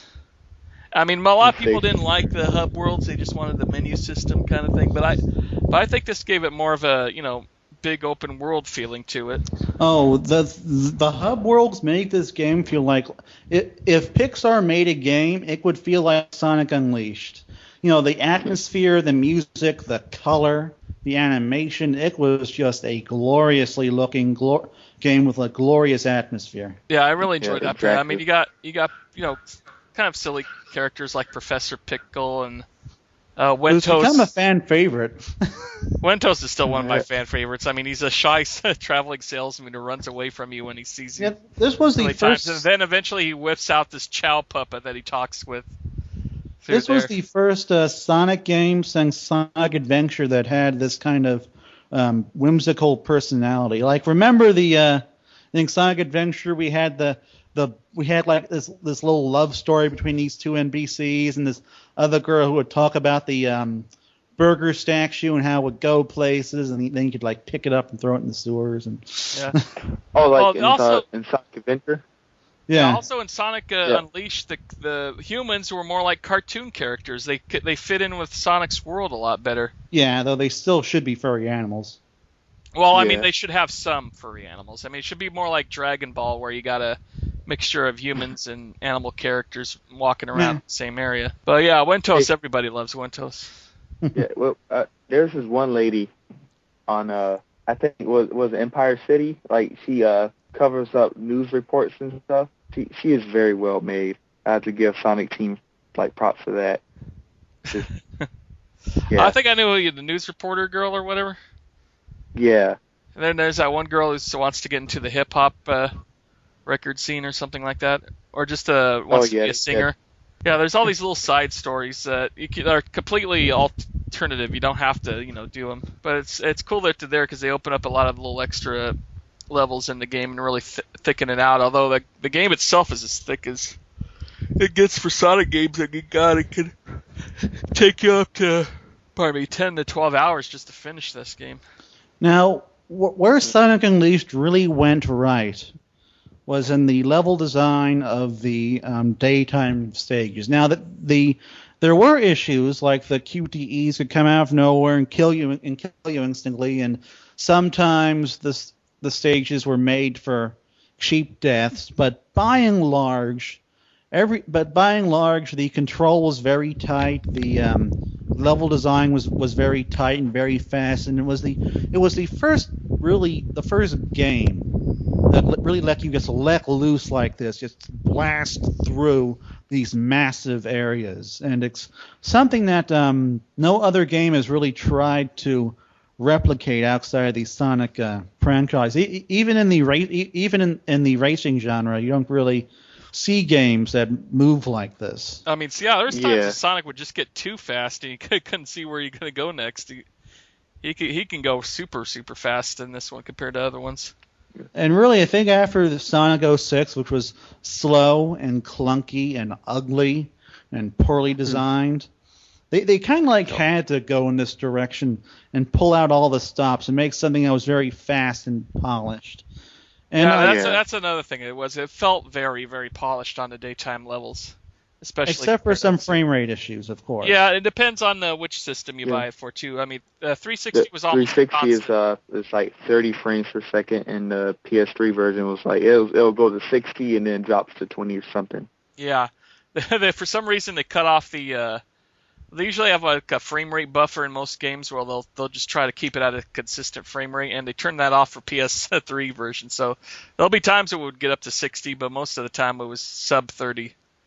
But the one thing that I think showed that Sonic Team was still kind of trying to find its way and figure out how to balance length with the speed stages was, of course, the inclusion of the Werehog, which was kind of a needlessly repeated mistake of past Sonic games of using other forms of gameplay in order to pad out the game. Yeah, like those tornado levels with Tails where it's just a constant quick time event. Oh, God. Those were frustrating as hell. I mean, don't get me wrong. Like, I like how everything was set up. It was like a brand new Sky Chase. It kind of brought back memories from playing Sonic Adventure. But the QAs and stuff. Man, I want to move around Tails like something like if it was like Afterburner or something. But they did messed up on that. I don't understand why they didn't just do Afterburner. I mean, look at Sonic Adventure. They did a rail shooter in that. Why change that to QTE? That's another thing I guess Sonic Team was really beginning to experiment with, was see how QuickTime events could be worked into this really fast, really speed-focused game. And on paper, you'd think QuickTime events would work quite well, but only if they're used in a very contextual way, like in Shenmue, when you press a button and something happens, and press another button and you do get another result. But in this game, it's just pressing a series of buttons just so that he can make a jump, which isn't as fun as the Shenmue QTEs. And I really think that Sonic Team should have just gone that direction. Have one button for one movement. In the case of course, the tornado, give us don't use QTEs at all. Yeah, and it really made it frustrating during the final boss or Eggman Land where you had to do that constantly. Oh, yeah. It's only fun when you're using it sparingly, like in Shenmue. If you even like QTE events. I know a lot of people don't. I think they're okay. Also with alternate gameplay was this is going to be the one everybody, of course, talks about. The most controversial thing is the Werehog. I think part of this is just the silliness of Sonic turning into a Werehog. People weren't too happy with that. And if it was Knuckles, I think there'd be less people arguing about that. I don't think there was anything that bad about the gameplay of the Werehog. I mean, you're brawling a group of enemies, then you jump around on little platforms, do a little pole jumping in that. I mean, I'm playing the same kind of gameplay in Darksiders too right now. I mean, basically you climb on poles on that, and you battle waves of enemies at certain times. It's just that people weren't expecting that in a Sonic game, and it slowed the game down quite a bit. I think the gameplay itself was okay, but it was too long. I think there's a lot of levels where it went on for 25 to 30 minutes. Werehog was an okay beat 'em up, nothing spectacular, but the issues was that yes, the levels were too long. They were 15 minutes plus. Or in the case of the Wii version, it was 3 smaller levels combined into pretty much a 15-plus minute Werehog. No, it would get to 5 levels that would be like 45 minutes all long altogether. And the other issue was that the fighting just wasn't very compelling. It was pretty much just a button masher, and there wasn't much else to it. Yeah, you got more combos and stuff, but you don't always. Not a lot of people always use those combos. Button mashers aren't always a bad thing, but there has to be something else there instead of just beating up endless waves of enemies. What I do like about it is how they made references to other games like Street Fighter, and and another thing is like the gameplay itself. Like they could have used that for like another Sega game. Say something for like Ristar. That could have been like a new reinvention for Ristar. Yeah, actually probably could have worked for Ristar. Yeah, the stretchy arms. I did like the stretchy arms. So there's no real explanation for them to be there other than all of a sudden he's got stretchy arms when he's a Werehog. All of a sudden the blue hedgehog runs fast. You don't need an explanation for a goddamn Werehog. It has stretchy arms. Just accept it. Right. Really, echidnas don't have rodent faces either. They're anteaters. And foxes don't have 2 tails. And pink hedgehogs don't have hammers that don't come out of get me their into asses. the improper aerodynamics of Tails of Cream. Oh, yes, and rabbits don't fucking fly with their ears, so I don't think a werehog with stretchy arms is the biggest issue this series has with reality. I wasn't saying that. I was just saying... No, I'm not bitching to you. I'm bitching to everybody else. Yeah, but I mean, they felt like those newer Crash Bandicoot games. If you've ever played those, they're pretty weak. Yeah. But I mean, all you're doing is killing waves of enemies and then going across little platforms and then killing more waves of enemies. And for some reason, people give me shit on this on NeoGAF, but I said it was like having those new poorer Crash levels on top of these high quality, like almost Super Mario Galaxy level quality levels. And when I was comparing Sonic's daytime levels to Super Mario Galaxy as far as quality goes, they were giving me shit about that. But I mean, I really love those daytime levels. Yeah, I really love those daytime levels. I mean, they were just... if it wasn't for those, it'd be a pretty weak game, but they made them really strong. What is it, Patrick? Yeah, Sadie would have to say something about that, about NeoGAF, Doesn't he love the drama over there? Yeah, I don't even go there. I just go there for the news and stuff and leaks. That's about it. I go there to read the comments on the Japanese sales. And that's pretty much it for me. I may go back over there again to see their reaction to the Wii U announcement and the $300 price tag, but yeah. $350 price tag. What? Only if you want the more. Only if you want the thing with all the extra stuff in it. Well, if you want the game and the storage and the 10% off all your downloadables. And well, you don't necessarily. Oh, are you freaking serious? Hold on, folks. Well, what I thought was the worst part of the game, though, was the metal collecting itself. Because... Oh, yeah. Isn't very good, especially since you... I mean, if it's okay if they did that when you're... to open up new levels that you... that were bonuses, say, and for, other little extra stuff, but when it stopped your progress in the game, you had to go back to other Werehog levels or daytime levels to find certain medals just to get through the next part of the game. That was a frustrating pain in the ass. Yeah, Mario and daytime levels when you had to like, you're rushing through the entire stage, and you never have the necessary time to find the medals and stuff. I kind of had trouble with that too. Yeah, especially in the first time through, you don't want to be looking for levels. You just want to be having fun with it. But the problem was there was times where I had to replay Werehog levels just to get enough sun medals to open up new daytime ones.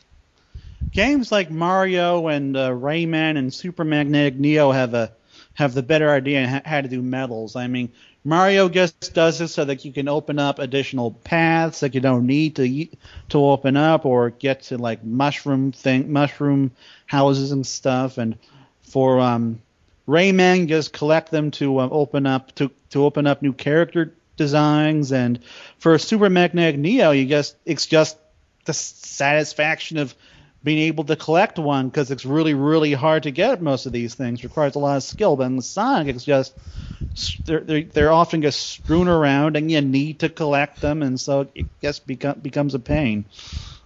Pardon me. One thing that was so bugged me was some of the writing. I mean, they had all these humans in this whole world where there's no other talking animals like Sonic around, but they didn't react to you much. They talk to you like you're another normal person. Even when you're the Werehog, they're like, "Oh, you're a kind of a scary-looking fella," but not really, shocked at you too much. In this universe, they have giant fat cats and super fast hedgehogs and echidnas and chaos creatures and robots, and I don't think a Werehog's gonna phase most of these people. Yeah. There's also that really weird scene with Werehog and Amy where he gets all depressed because Amy didn't recognize him. He should be ecstatic. He should be thinking, exactly. Oh my God, this has benefits. I think that scene would have worked a lot better because she's just nuts about it. I think it would have worked better if instead of her just saying, "Oops, sorry, you're not the same person," if she actually would have freaked out and shoved at him and go get away from me, you ugly monster, and then ran off. Then he'd have a reason to be depressed, but... Yeah, but Amy wouldn't do that anyway. She's kind of like Cream. She's very polite, and when she's not being fucking insane and trying to beat Sonic into marrying her, which is... Yeah. Probably the second worst part of the game outside of medal collecting is Eggman Land itself. Oh, I love Eggman Land. It is so sadistically hard. Yeah, it is tough. I mean, it's a little easier if you're doing the Wii version, but God, the 361 is just so tough. I just had a really hard time getting through that game, through that level. But I guess, it actually makes sense if you're going to have a final level. It's got to be, especially with Eggman, it's got to be super tough. And when you think about it, this was actually like, are you still there? Hello? Uh-oh. I see your name, but I don't see Patrick. Oh. I guess we lost him again. God!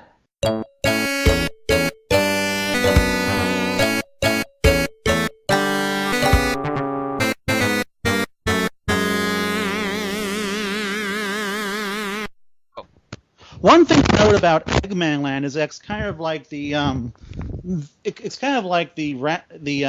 conclusion to Robotnik's story arc since at least Sonic Adventure, because Eggman Land is something he's actually been trying to build since Sonic Adventure. And he's saying, I will destroy Station Square, and on its ruins I shall build Eggman Land.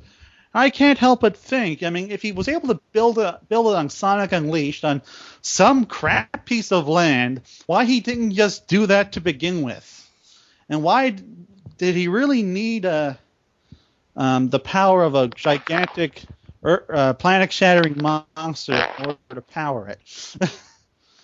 No, he really didn't have to. He just wasted a lot of money. Yeah, where does he get all this money? Does he just have some patents? Couldn't he just take over one piece of land, like just take over an island and turn it into his Eggman Land? He had to go through all this ridiculous amount of resources, destroying the planet just to have a piece of land for his own amusement park. It's a little insane. And then, of course, in the next game, he builds an amusement park in space. Yeah, made out of several planets. And that would have gone fine if he hadn't enslaved an entire race of aliens and plotted to use them to mind control the planet. He can never just stop at the amusement park. He has to use it for some nefarious means. That's its problem, man.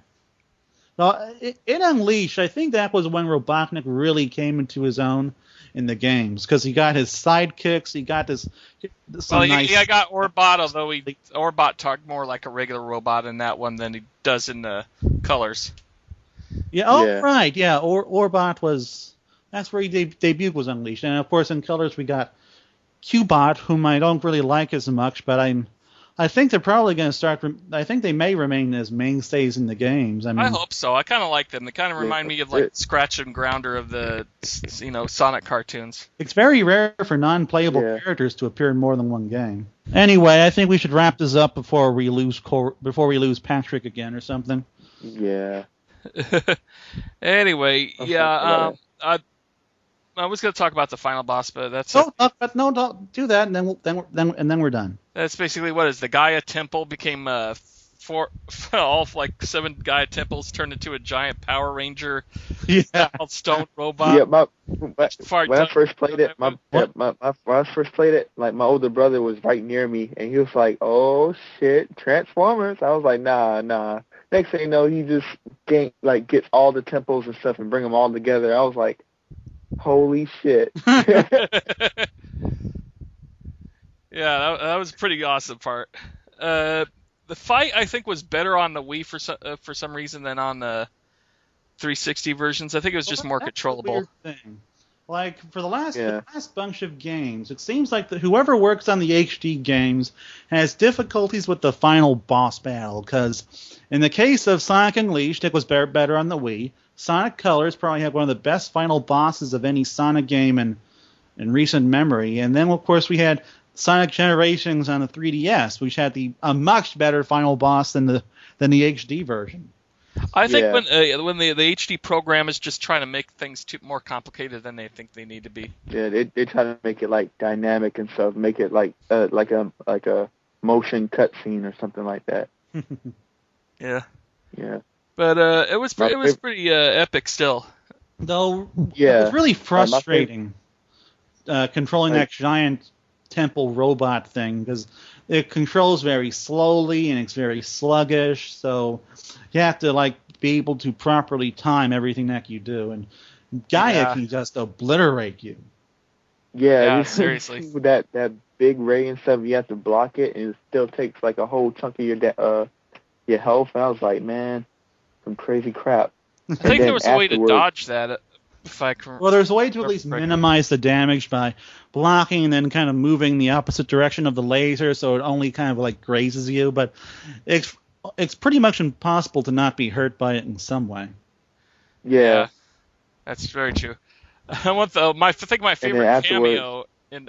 Sorry, go ahead. And afterwards, you have to play as Sonic, and you have to get through the crap, what was it? You have to get through the little areas of the temple to hit the monster. Yeah, those would be kind of frustrating. No, I actually really enjoyed those. What was another thing about Sonic, the last boss?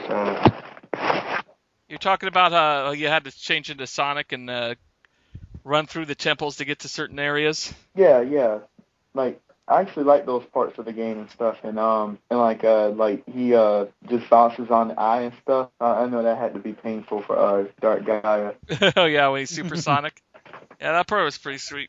I think one of my favorite parts of the game was a little cameo where you had the blink and you missed it cameos of the Dreamcast in Sega's. Eggman had a Dreamcast inside of his little portable ship that he always rides around in. Not only that, if you look really closely, he has a Japanese Dreamcast game that has his face on it. It's an Eggman game. They should have made that. Yeah, there you go. It's such an awesome little cameo having the Dreamcast in there. But yeah, and overall, this game affected future Sonic titles quite a bit. I mean, Generations owes a lot to Unleashed as far as the way modern Sonic plays. And of course, they use the Hedgehog engine again for that game as well. Yeah. Plus, Sonic Colors. God, the Wii U graphics the Wii graphics for Sonic Colors were pretty amazing. I mean, they learned a lot, I guess, from Unleashed to be able to incorporate those kind of graphics onto the Wii U, especially in the cutscenes. The cutscenes close up, they looked almost 360 quality, which was pretty amazing. One thing I remember from from E3, from our very first E3 when we went to when we went to the Sega booth, is that people were asking, "Are those Xbox 360? Is that an Xbox 360 game?" I thought it was for the Wii. I was like, "No, that is a Wii game." It's like, wow, really? Yes. One thing I'll say about Sega is they had a good. They really tried hard to access the power of the Wii and really not just make crappy PS2 games onto the Wii. And the funny thing is, the Sonic Colors on Wii and DS actually sold much better than Sonic Generations did on a PS3, 360, PC, and 3DS. Sonic Generations didn't sell as well as Sonic Colors? Oh yeah, Sonic Colors sold over 2 million, and Sonic Generations, I think last I read it was 1.15, 1 point something. That seems insane to me, because that is the ultimate, Sonic game for diehard fans from long ago up to now. Well, I think it would sell better. I think that Sonic. I think though that Sonic Generations actually did sell faster than Sonic Unleashed or Sonic 06. So, it's getting there, I think. But he's just always sold better on Nintendo platforms. So it's easy to forget that because we never see those games chart anymore than PD's new way to show sales. Yeah, that's true. It's hard. It's really hard to find out the exact sales on certain games anymore. Anyway, I think we're done. Yeah, I think that's gonna do it for us. Thanks for tuning in. This especially long episode of Sonic Talk. Well, I mean, with everything cut together, I think it's gonna be about 2 to 2.5 hours. Oh, we've done way longer than that. That's all true. the time. Yeah. There's one thing I got to say to everyone who's listening to this podcast. Mm-hmm. I have a website called the Website of the Dead. If you're a House of the Dead fan, come visit. Come check out the House of the Dead news, media, everything House of the Dead. Forgot about that. Jason, I'm sure you guys will love it. Jason, put that in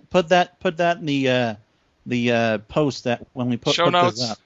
Sure. Yes. Okay, we're leaving you now with from Sonic Unleashed and Endless Possibilities. Goodbye.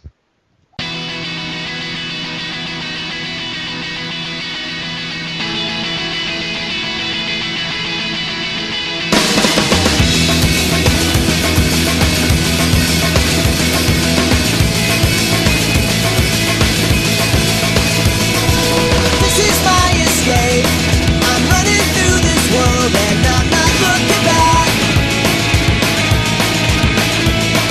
'Cause I know I can't go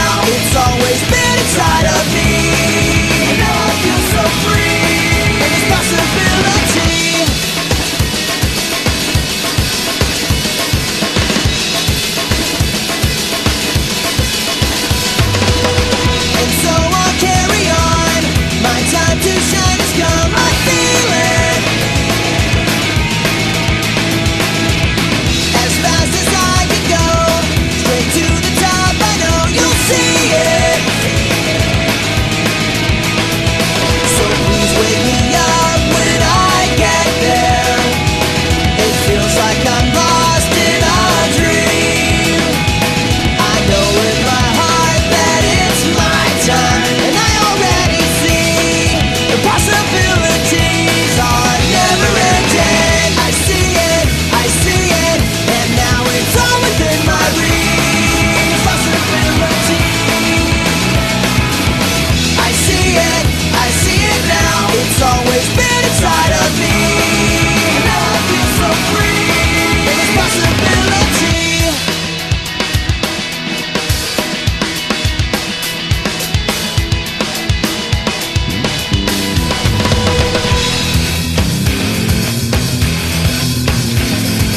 Drop that smile 'cause you're beating again. No, this is where my journey begins. You're losing speed, you're losing your flow. But inside me's a power you'll never know. Let it out, it's inside you. Better all stand back 'cause we're coming through.